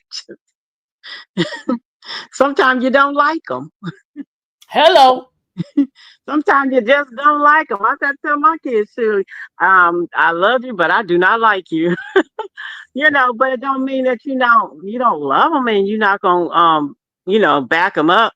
And then talking about, I guess it was because he was celebrating that his dad was acquitted on the RICO and stuff. And they say he don't even like his dad. Like what? Man, these that's people crazy. be talking some craziness, don't they? That's crazy. But people just put out the things that they feel within their own selves and what they feel about their own lives. That's That's what true. people do, you know what I mean? They just push out what they feel and then they can't get out. That's all it be, you know what I mean? So for me, like even me, man, I ain't there to judge his kids. I ain't there to judge his moms and all them people. I still got my bias that I feel about Diddy still, son. I tell you, but it is what it is though. But I can see the case for what it is and see what the prosecution tried to do. And the prosecution tried to make us convict him. Yeah. so let me Word. ask They y'all a try to make question. us convict him, bro. They try to make us do his job, the public, us. Let me ask y'all a question. So once all is said and done, Puff is a smart man, and we can see what the picking up his attorneys and stuff like that, and him being involved with his case, writing notes every 2 minutes, and he showed me what a Scorpio really is, and I knew he had it in him because he's a Scorpio. And the thing is, what you think he gonna do you think he gonna go full throttle against the liquor company since it's an all clear and go? I mean, do you think he gonna go after them? Nah, that thing is over, bro. As far It's as the over. liquor company, didn't he already That's done. settle? They already settled that. I It's think over. I'm just asking. He didn't have to do anything. They settled it. I thought he had dropped him. I thought he had dropped the lawsuit. Nah, they settled it. He did drop the lawsuit. He did drop it because we read the paperwork on it. So he dropped the lawsuit. Yeah, but they settled out of court. Okay, all right. Yeah. Yeah. I think he's just going to. Well, for one, I mean, maybe some of the bigger people are not going to mess with him up front, or maybe they will get him in the background and not say nothing, maybe like silent partners. But it's his business ethic is undeniable. Yeah. His business ethics are undeniable, and the one thing you'd rather have him on your side than on the other side, if that makes sense. Right. You know, you definitely don't want him as a competitor because, you know, people have been saying things about Puffy for years and years, but people still done business with him. They say he's a very good businessman. He's smart. Mm-hmm. And that's one thing as far as, you know, our people, like, even if you're in a disagreement with somebody or you're in a debate with somebody, always come to the table with a piece of paper and a pen. And I'm gonna tell you why, because and then allow them to speak. Allow that person to speak, and as they speak, write down stuff. Mm-hmm. So when you write it down, when you get ready to speak, your thoughts those are your bullet points that you want to touch on, because you know that's how you win arguments. Yeah. That's how you win arguments, because you stay on point. When you just arguing back and forth with a person, you didn't forgot the point that you was trying to make, because you know you got to they didn't call you a name, now you got to call them a name. So stay on point. And that's what the prosecutors didn't do. They didn't stay on point. They forgot. They were too emotional. They was too emotional. They couldn't remember what they was actually arguing about. Yeah. So that was the whole thing. Miss Sylvia, when you go back home? Saturday, y'all. Saturday, I go home. Oh wow. Well, I got you on tomorrow. Thank you. I have to go so from the cash app, I have to go and put money in that account because I don't keep very much money on that account.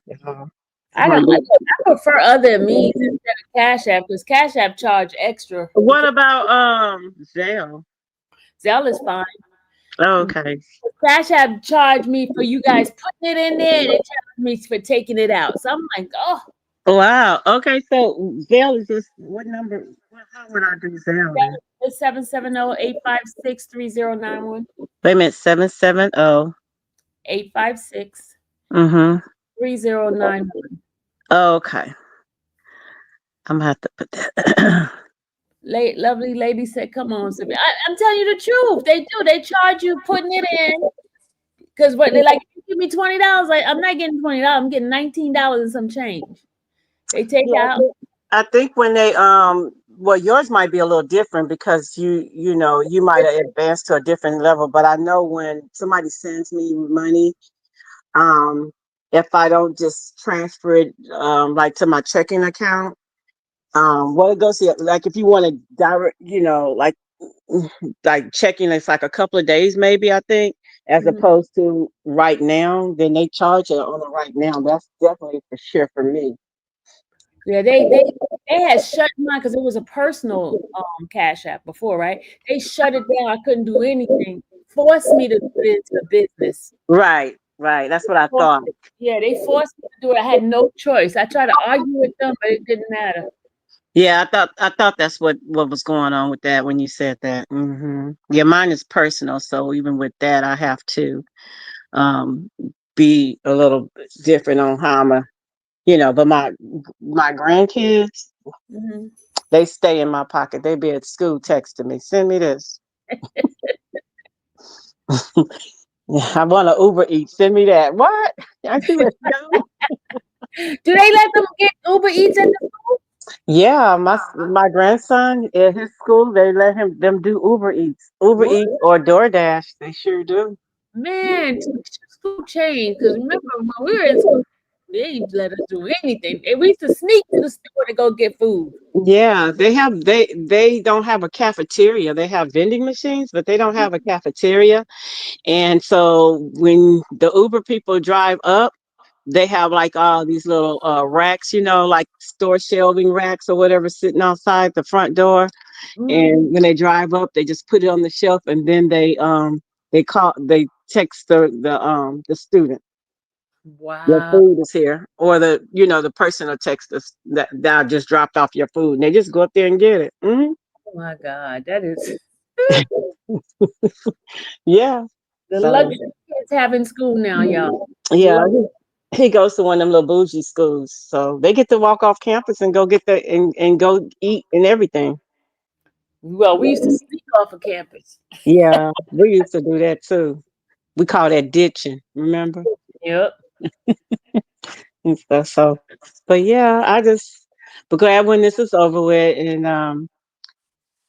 and pray that he can get his life together. I mean, I guess we found out some things we didn't even know. The drugs that he was on. Oh my gosh, that was a lot to function like that. Oh my gosh. Wait a minute. Somebody put this in. Hold on. Usual suspects says that there's a lot of mess. He put it. She put in the case. He said this person raped her with the what's the name? The remote, TV remote. Oh Lord, these people. What they say?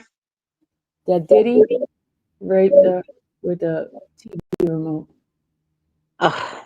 Like I said, it's gonna be so many things coming out. But like I said, I feel like this: if they knew the case was going on, they could have easily called the prosecutors and stuff. So all these cases, all these civil cases and things like that, I don't think them is true. It's about money. It's about It's money. about money, and they're gonna have to prove all of that stuff and everything. And it's just everybody wants. Shoot, as far as I'm concerned, child, the lady with the blue hair could be saying all kind of stuff.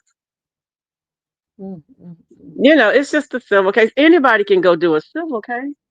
Yep.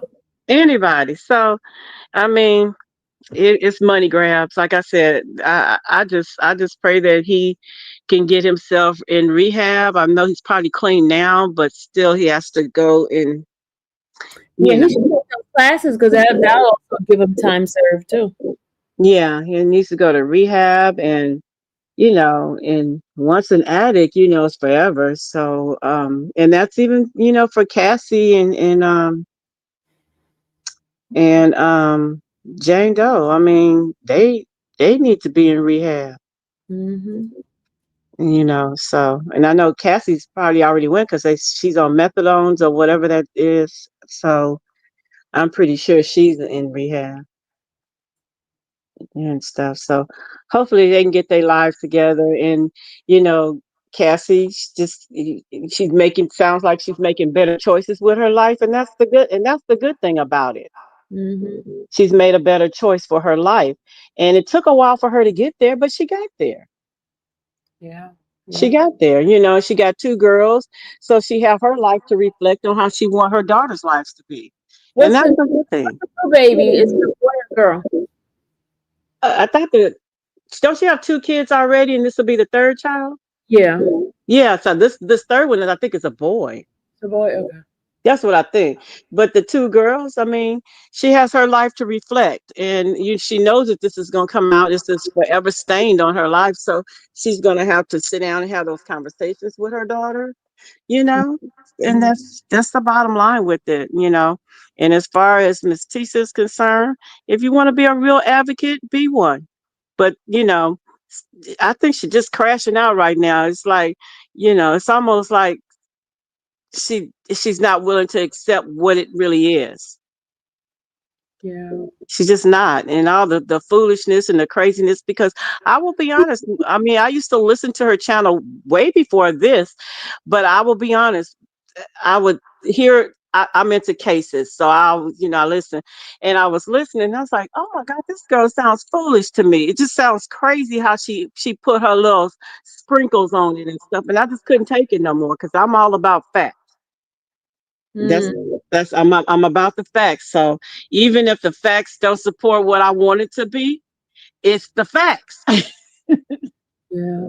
There's nothing I can do about it. I can't go and change it. It is the facts. You know, it's like your kid. Did you eat the ice cream? Yes or No. no? Yes or no? No, I didn't eat the ice cream. And then all of a sudden, here goes a picture of who actually ate the ice cream. The dog actually ate the ice cream. And then I'm sitting up here, punishing my child for eating the ice cream that they didn't eat. And That's you didn't apologize to the child and after you put the dog. right.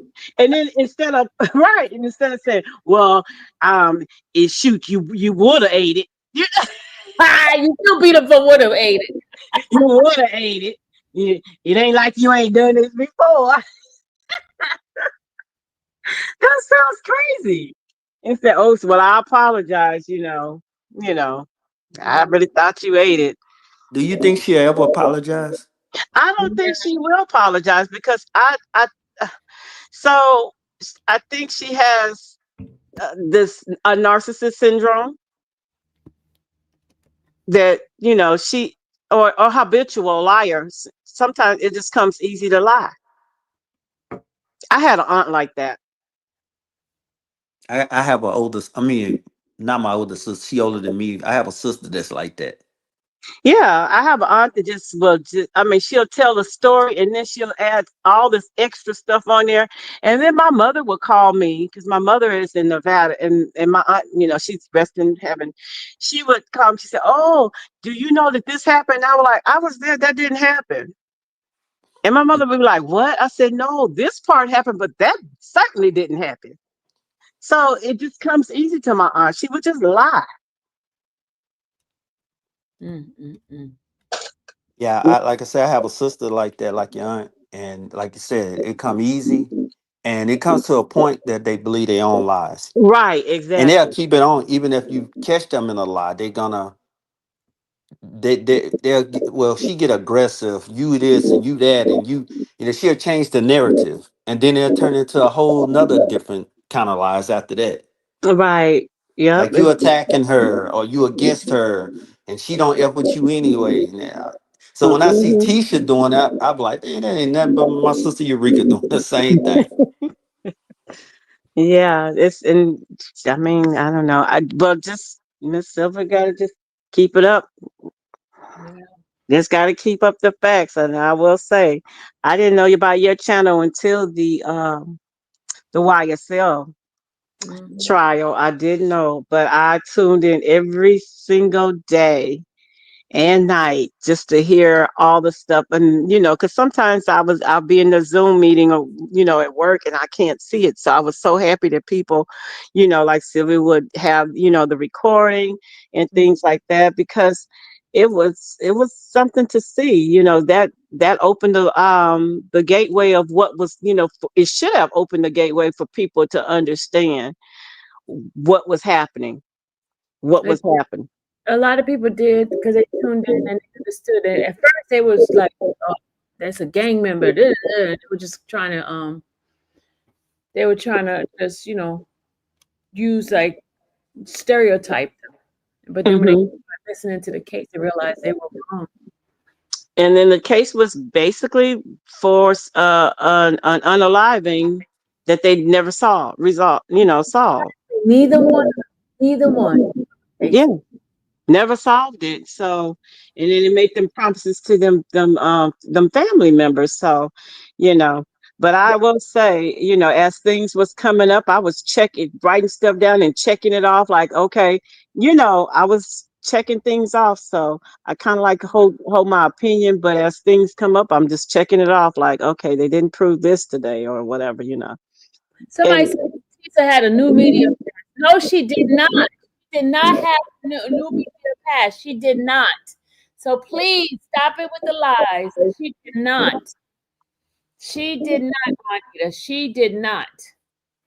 hmm, She did not. Absolutely not have a media pass whatsoever. you got one though, right, Miss Sylvia? I got one before I even got there. And then I Yeah. had to, once I got it changed over to the one they had. Oh, okay. I changed it over to the well, no, I got because I didn't have any kind of stuff that I did out of New York. The last time I did anything out of New York is way past the 24-month period, which was R. Kelly case. And so I had more work out there. So while I was out there, I went and uploaded some stuff that I did, and then they gave me the new one. Oh, okay, good. Mhm. But they gave me a special one, a temporary one to show I was there for one event, which was the Diddy trial. Mm-hmm. So we remember Donnelly used his fan, specifically Dobelski, that went against R. Kelly at sentencing. That is why she gave him 30 years. No, that wasn't the reason why. The reason why was because of Don Russell. Remember, Don was charged. It was Don Russell, not Dobelski. Dobelski had nothing to do with it. Remember, Don Russell was charged, and he ended up being convicted. Hmm. So why did they charge? What was the criteria behind uh R. Kelly's sentencing? The criteria is he had a lot of people. They had the magistrate Like 8 Jane Does. huh? I said they had like 8 Jane Does in the daggone case, right, Sylvia? Yeah. Yeah. There was some that didn't testify, but he had a lot of them that testify. A lot of people testify. Hmm. And so they found him guilty on all those charges? Mm-hmm. You know what happened to him though? Really, what got him? Because when R. Kelly thing happened, right? Because I had the superseding indictment at the time, and I was reading it at the time, right? But at the time with R. Kelly, you know, it was 4 states that was trying to charge R. Kelly at the same time, and they was debating on which one would go first. Chicago wanted to really go first because remember, all of the first stories happened from Chicago, him being from Chicago. But then New York ended up winning out because New York had a Jane Doe, which was Aaliyah, was attached to their case as well. Aaliyah and You Asriel. see what I'm saying? Asriel Clary. Yeah. And they didn't put Aaliyah in there. Remember, Aaliyah wasn't on there. It was Asriel that got him, and then they Oh added. yeah. Oh, so they added Aaliyah. Yeah, but they did has on what's the name act, uncharged act. Oh, okay. You said Hmm. that charges? Yes, they did. In New York, they did all the charges. Chicago wasn't all the charges. He didn't get convicted of all the charges, but New York they did. He got convicted of all the charges in New York. Yeah, they got him in New York. New York got him. I mean, they won out. They said we're gonna convict, and it was like, all right, cool. So New York got the first swing at him, and they rocked him straight. That's how it went. So Straight up. he was convicted of all charges. How many charges did he have in New York? Oof. I think Oof. I I gotta gotta go go back. back to see. I gotta go back to see, but he has some things over there. He has some More than things. 10? I don't even know if it was more than 10, you know. Because remember, also, you don't need to have all those things. What you facing is man acts type cases. Hold on a These second. one of these things that do you. You know what I mean? So you don't even need a bunch. A couple of these alone to do you. Hold on, let me go and I have this stuff here on my computer. Hold on a second. But go ahead and talk. Yeah, he had a few of those. But when you read R. Kelly's case too as well, you know what I'm saying? When you read the actual indictment, you know what I mean? Like, you know how like R. Kelly, you know, like when R. Kelly used to go viral, like he'd be on stage performing and then a woman like grab his groin or something like that and it was going viral. Like he was actually putting the women, the girls, or whoever there in front of the stage. So he's not like a random person he's going through there, a legend. He's putting the person there. He's going there next to you so you can feel him up right now, like he getting off on this. Like there's a lot going on with that. It was a lot. It was a lot. Alleged in the case, of course. This was what was alleged of him. And it's indictment. It was a lot. It was a lot of stuff. You know, just trying to show how much of you know, how he's orchestrating it more, and it's just not just random things happen like that random person in the crowd. Is he put positioning the women in certain spaces to do this too? You know what I'm saying? So. Oh, okay. Okay, he had about 5 or so, right? No, it's more than 5.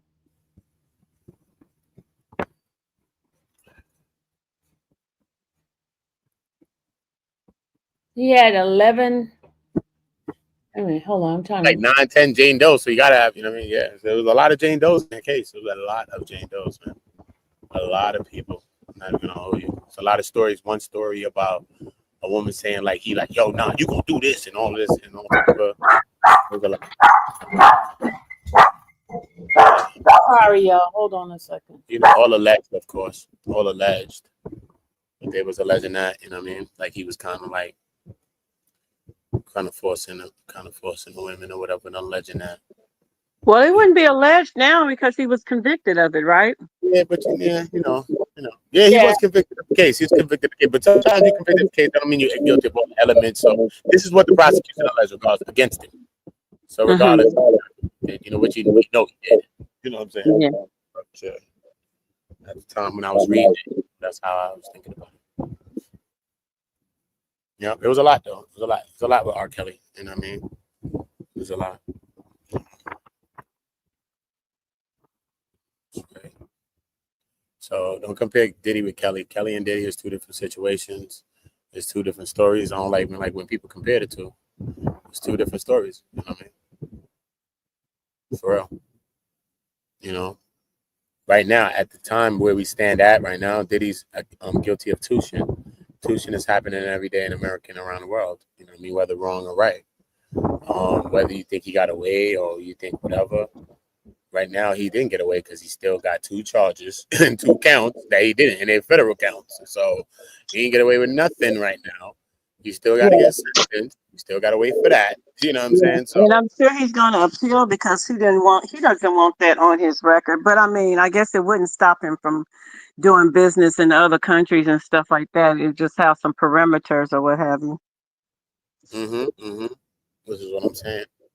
So, Yeah. you know, at the end of the day, you know, So Cal, the IG models, I mean, what's going to be put around them because these IG models ain't going to be able to do a whole lot no more. I say Diddy need help. You know what I'm saying? That's what I say. I say Diddy needs help. They say he's in there doing some therapy, some rehab. I'm not saying that these things are help everything or nothing, but I'm saying he needs to be a beat. He needs to step up. He needs to stand against violence in such a way that he's a leader in it. He has to do these things. No matter if you get accredited, no matter if don't matter. He has daughters, 4 now. 4 daughters. And Lil Love, he got 4 daughters. So there's no way he's standing behind those actions at Uda, that hold time. on a second. Uda, hold on a second. Hey, Spitting Fire. Hello. I just wanted to come on here and because I caught you live and you had a link, so I had to come up when I could. But I wanted to say thank you. Thank you for going to the courthouse, you, Uda, and so many other content creators for going to the courthouse to give us accurate information that mainstream media couldn't sway the other way, and that you guys gave them so much competition and forced them to have to be able to tell the truth by you being boots on the ground. All content creators couldn't be there, but the fact that you guys came on your platform, shared the information, let it be reviewed, and get accurate information out there is a must. It was one of the things that I always say is needed. And so I just wanted to can't physically, but come up here when I could to tell you and Uda. I seen so many new content creators.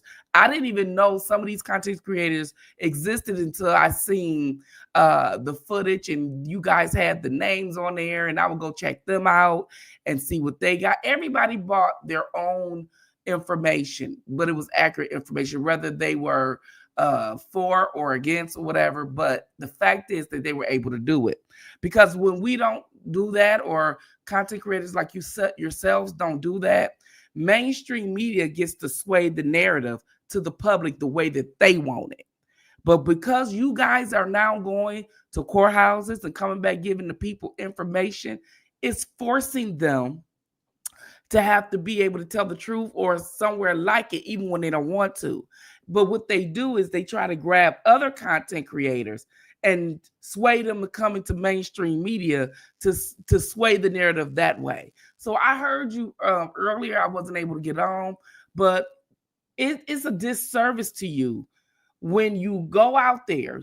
Some of you traveled and you spend hours traveling, even if you are in state or you spend the hour to get there, or you had to pay for parking, or you had to pay line sitters and all this and that to get us accurate information. And then someone comes out and gives disinformation. That is a disservice to everybody. I understand why everybody is upset with certain people, but that is the reason why. It has nothing to do with jealousy. It's like, okay, I'm giving this information to people.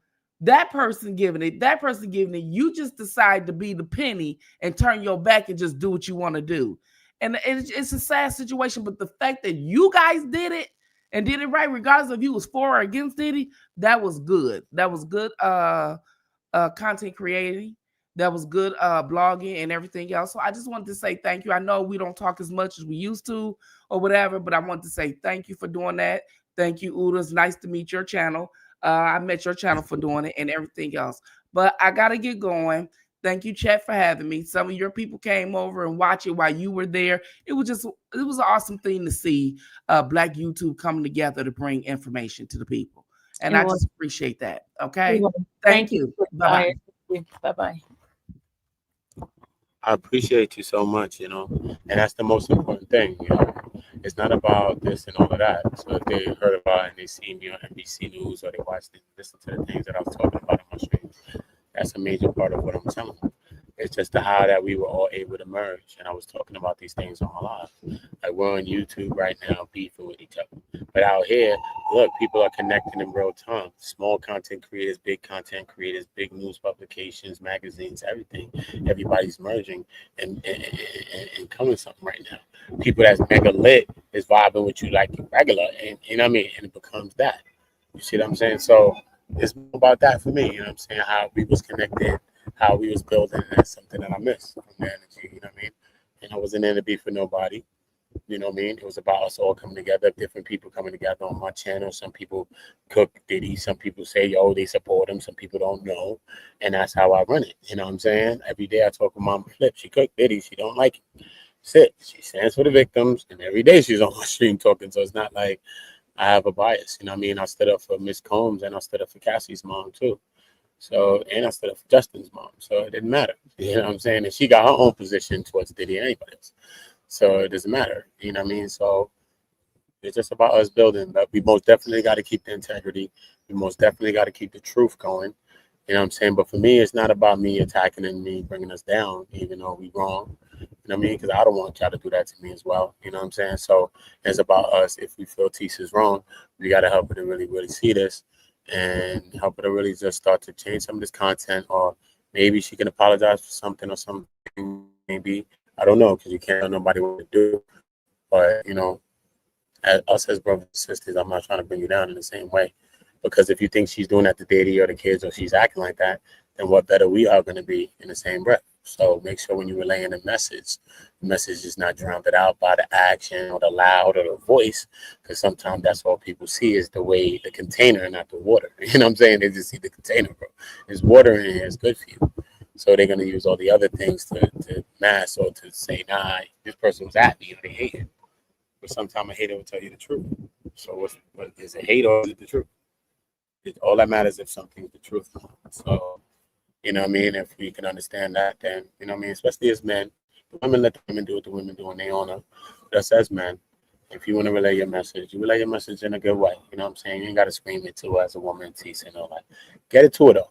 Get her the message, tell her the truth, tell her lies, and call them out and point them out. You know what I'm saying? But we ain't got to attack each other because, you know what I mean? Even what she said on there with some lies, I feel what she's saying that people sending at that time. I don't know if somebody else could have sent her some threats at the times. Your headphone, whatever it is that's messing up, is really like wind blowing or something. Okay, so let me mute for a second. All right, hold on, let me mute for a second. Y'all get into it.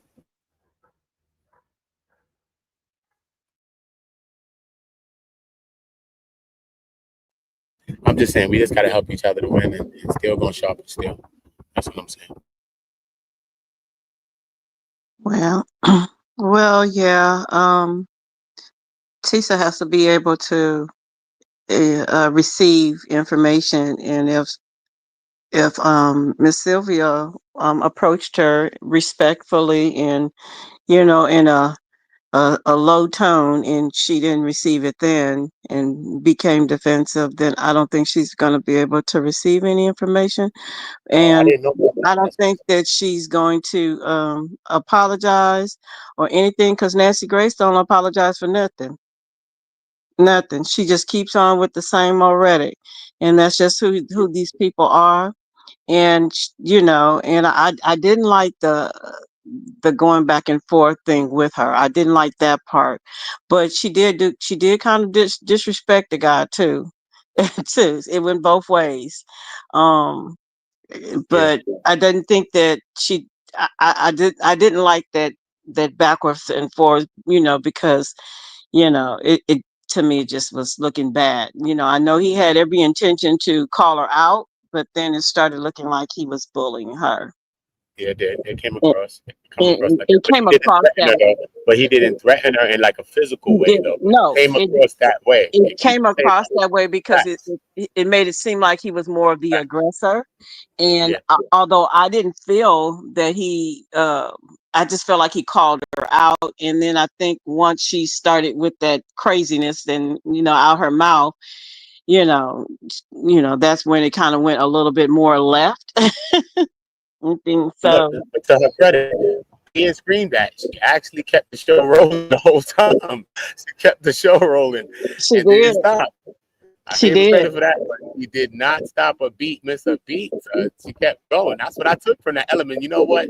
I'm gonna make sure if I'm heckled or whatever, make sure I keep the damn show going straight Yeah, because she she started dancing definitely and did all that. that. She kept the show going. So, but I don't think she'll ever apologize. And she's probably in everybody's comments and or on everybody's live and everything is in here and all kind of stuff.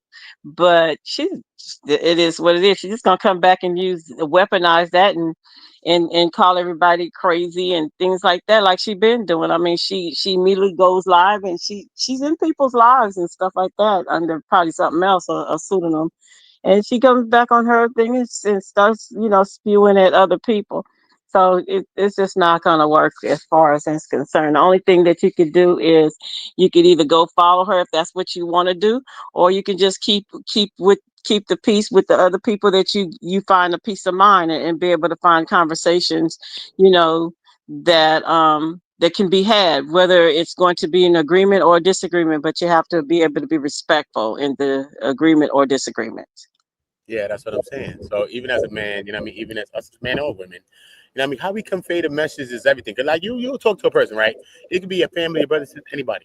You telling them the absolute truth, but just because you're a little escalated or something like that, you're telling the truth. They trying to take away from the truth because you was a little escalated when you were telling them because you've been trying to tell them 10 times.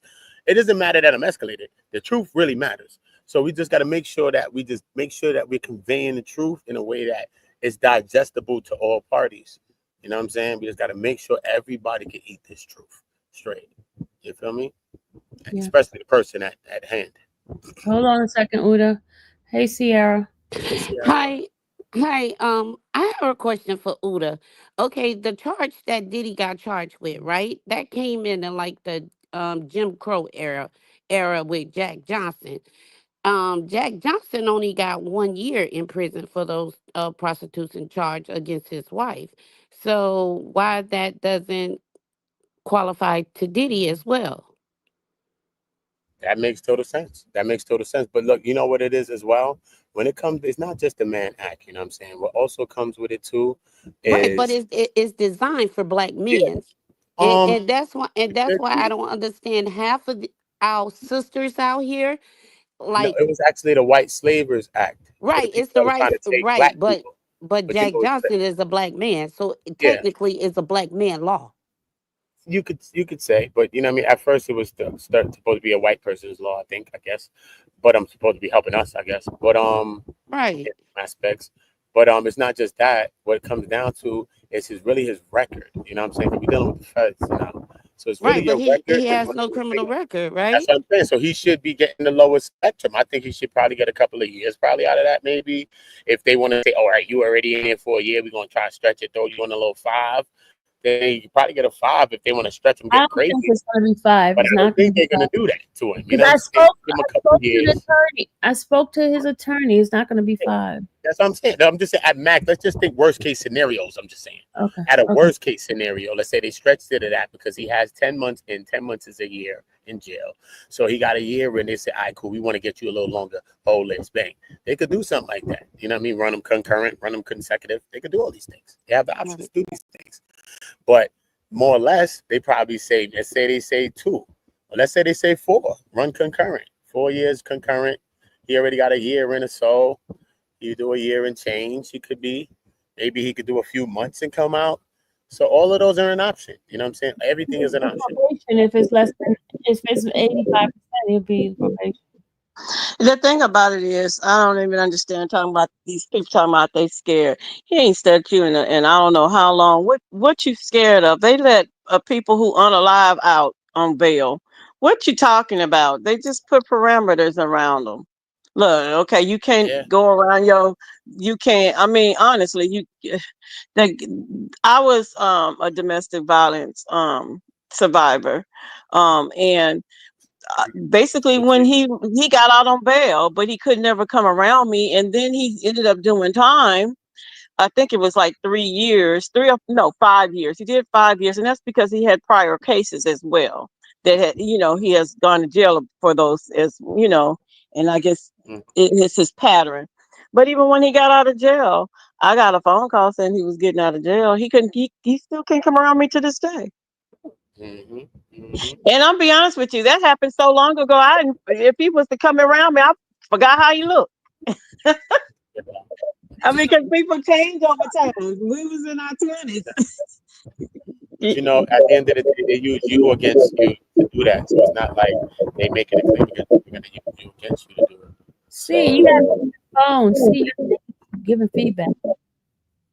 So I just think that, all of that stuff is crazy. They let their emotions get so, instead of just saying, you know what, let's just go. Because they didn't even make a statement afterwards, did they? The prosecutors didn't even do a statement. No, because they lost. Usually when they lose, they don't make statements. Yeah, they got nothing to say. They got no. They don't ever. Only when they win, they say do a statement. That's how you lost. Yeah, it's just like, let that man go home. Yeah. It just, I don't know. You know what I'm saying? At the end of the day, you're going to go with some stipulations, however it goes. He gonna have stipulations. He ain't gonna be able to do. He gonna have to do like What do you want to do? do some tests. He gonna have to do some tests. All of that. He's gonna have to different. check in. He gonna have to do a lot of stuff. He's got a lot of things going on with him now. So you know what I mean? Don't think that he just got away. Oh, but wait. If he gets time served, then he's not on paper, so he ain't got to do no test. Yeah, if he gets time served, then he's gonna be done. He's been in there for like close to a year. Yeah. Or if they give him 2 years, and he might say, and he got to do 85% of his time. He might say, let me just go and do these 2 years. I can't be on paper. Let me just do this little bit of time, get it out the way while I'm here. We have no idea, and then at the same time, he gonna keep. I have faith that because I don't know, for some odd reason, he probably was changing. That's, to me, just the things that I looked at or whatever. It looked like to me, this is before the case, all this stuff came down. It looked like to me he was changing in a more positive way. And I am not a Diddy fan, never have been a Diddy fan. I do like some of the music that he's brought out, his artists and things like that. And I ain't gonna lie, I do like the Ciroc. I do like that. And and Sean John, my kids wore all that stuff. So I like his products. But, as a person, I don't know him as a person to say I don't like him or I like him. I don't know him as a person. And and yeah, he domestic violence. But child, please. I know other people who did domestic violence. My ex-husband did domestic violence on me. But is he a bad person? No, he just made an error. He made a mistake. And he's and he's moved on in his life and he's married and stuff like that. And things happen, things happen. So I like him? No, I still don't like him, but it ain't got nothing to do with about the domestic violence. I just don't like him, period. I don't know. Maybe that's just me need to grow up. Who knows? But as far as if they was to drag me into court and ask me, yeah, I think he comes from a good family, he's a good person, and move on. That's just how I feel about it. So I mean, I don't know. People make mistakes all the time. Yep. All the time. I done been mad and hit my husband before. He ain't called the police on me. So that's just we all, we were born into a world of sin, we're gonna die that way. We can repent. It is what it is. We can But repent. we need to be able to. People can repent. People can find God. We can. Yeah. Other people to change their life. Rock and rollers, is all type of stuff. So you know what I mean. Let us be able to change. Let us give the chances to change. You know what I'm saying? He can be better and powerful than he ever was. He can be powerful in the ways that really matter now. You really start believing in God, start pushing some God on. I think Start standing against some violence. Some young men don't do that. Yeah. That's right. That's what he has to do. That's what he has Yeah. to do. I'm going to let y'all go. I'm gonna get out of here, and y'all enjoy y'all Sunday. Yeah. All right, guys, we've been on here for 3 hours and some change. Ooh, child. You know, I usually do the 2-hour minimum max. Thank you, Sylvia. You're welcome. All right, Travis and Udo, you got last words? Yeah. I just wish the Cone family the best, and hopefully he get out and enjoy himself and his kids and his newborn and live his life and cherish the moments him and his mom have on this earth, and don't care about what the other critic says. The things apologize for what you have done to yourself and God. And also, if you can, reach out to the ones that you heard in the past. It don't got to be this year, next year, but see if you can sit down and have a real conversation without having the government getting in your business, and take care of things that way, so you can have some kind of relief, because to get to heaven, the government not going to help you get to heaven. You got to save your own soul. You got to repent, things like that. So, I hope that guy see that. And not only this, Diddy, I'm looking at other folks that have trials and tribulations in their time and things that happened back in the day that could come in. Can you repent and say, you know what, I was wrong, and for that would cause me to get to this point where I shouldn't be in life. So that's all I got to say. Thank you so much, Travis. I had to unmute. All right. All right, everybody. You guys have a great Sunday afternoon. And I'll see you guys next time. God bless you. May the Lord watch between me and thee while we're absent one from another. Have a great night. Bye.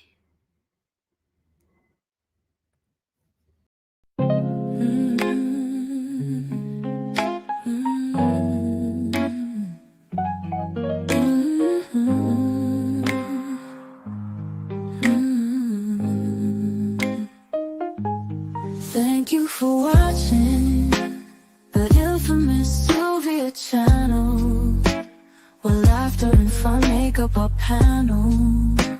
Together we build this digital spree. We appreciate you and our growing family. With mods by our side and chat flowing free in this online space. It's just you and me, we laugh until tears roll down like the rain. In this virtual world, you ease all my pains. We're a family, not just to show. Every click and comment makes us grow. Minds in check, keeping the vibe so right. Together we shine like stars in the night.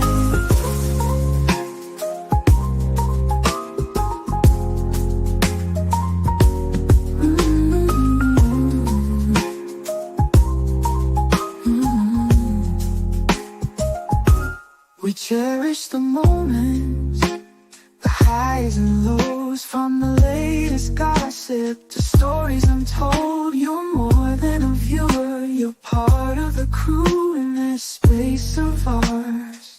It's all because of you. This digital world where emotion is shared, every post and reaction showing we care. The love is real in this virtual domain. With every sign and joys we'll both gain. We're a family, not just a show. Every click and comment makes us grow. Minds in check, keeping the vibe so right. Together we shine like stars in the night. We're a family, not just a show. Every click and comment makes us grow. Minds in check, keeping the vibe so right. Together we shine like stars in the night.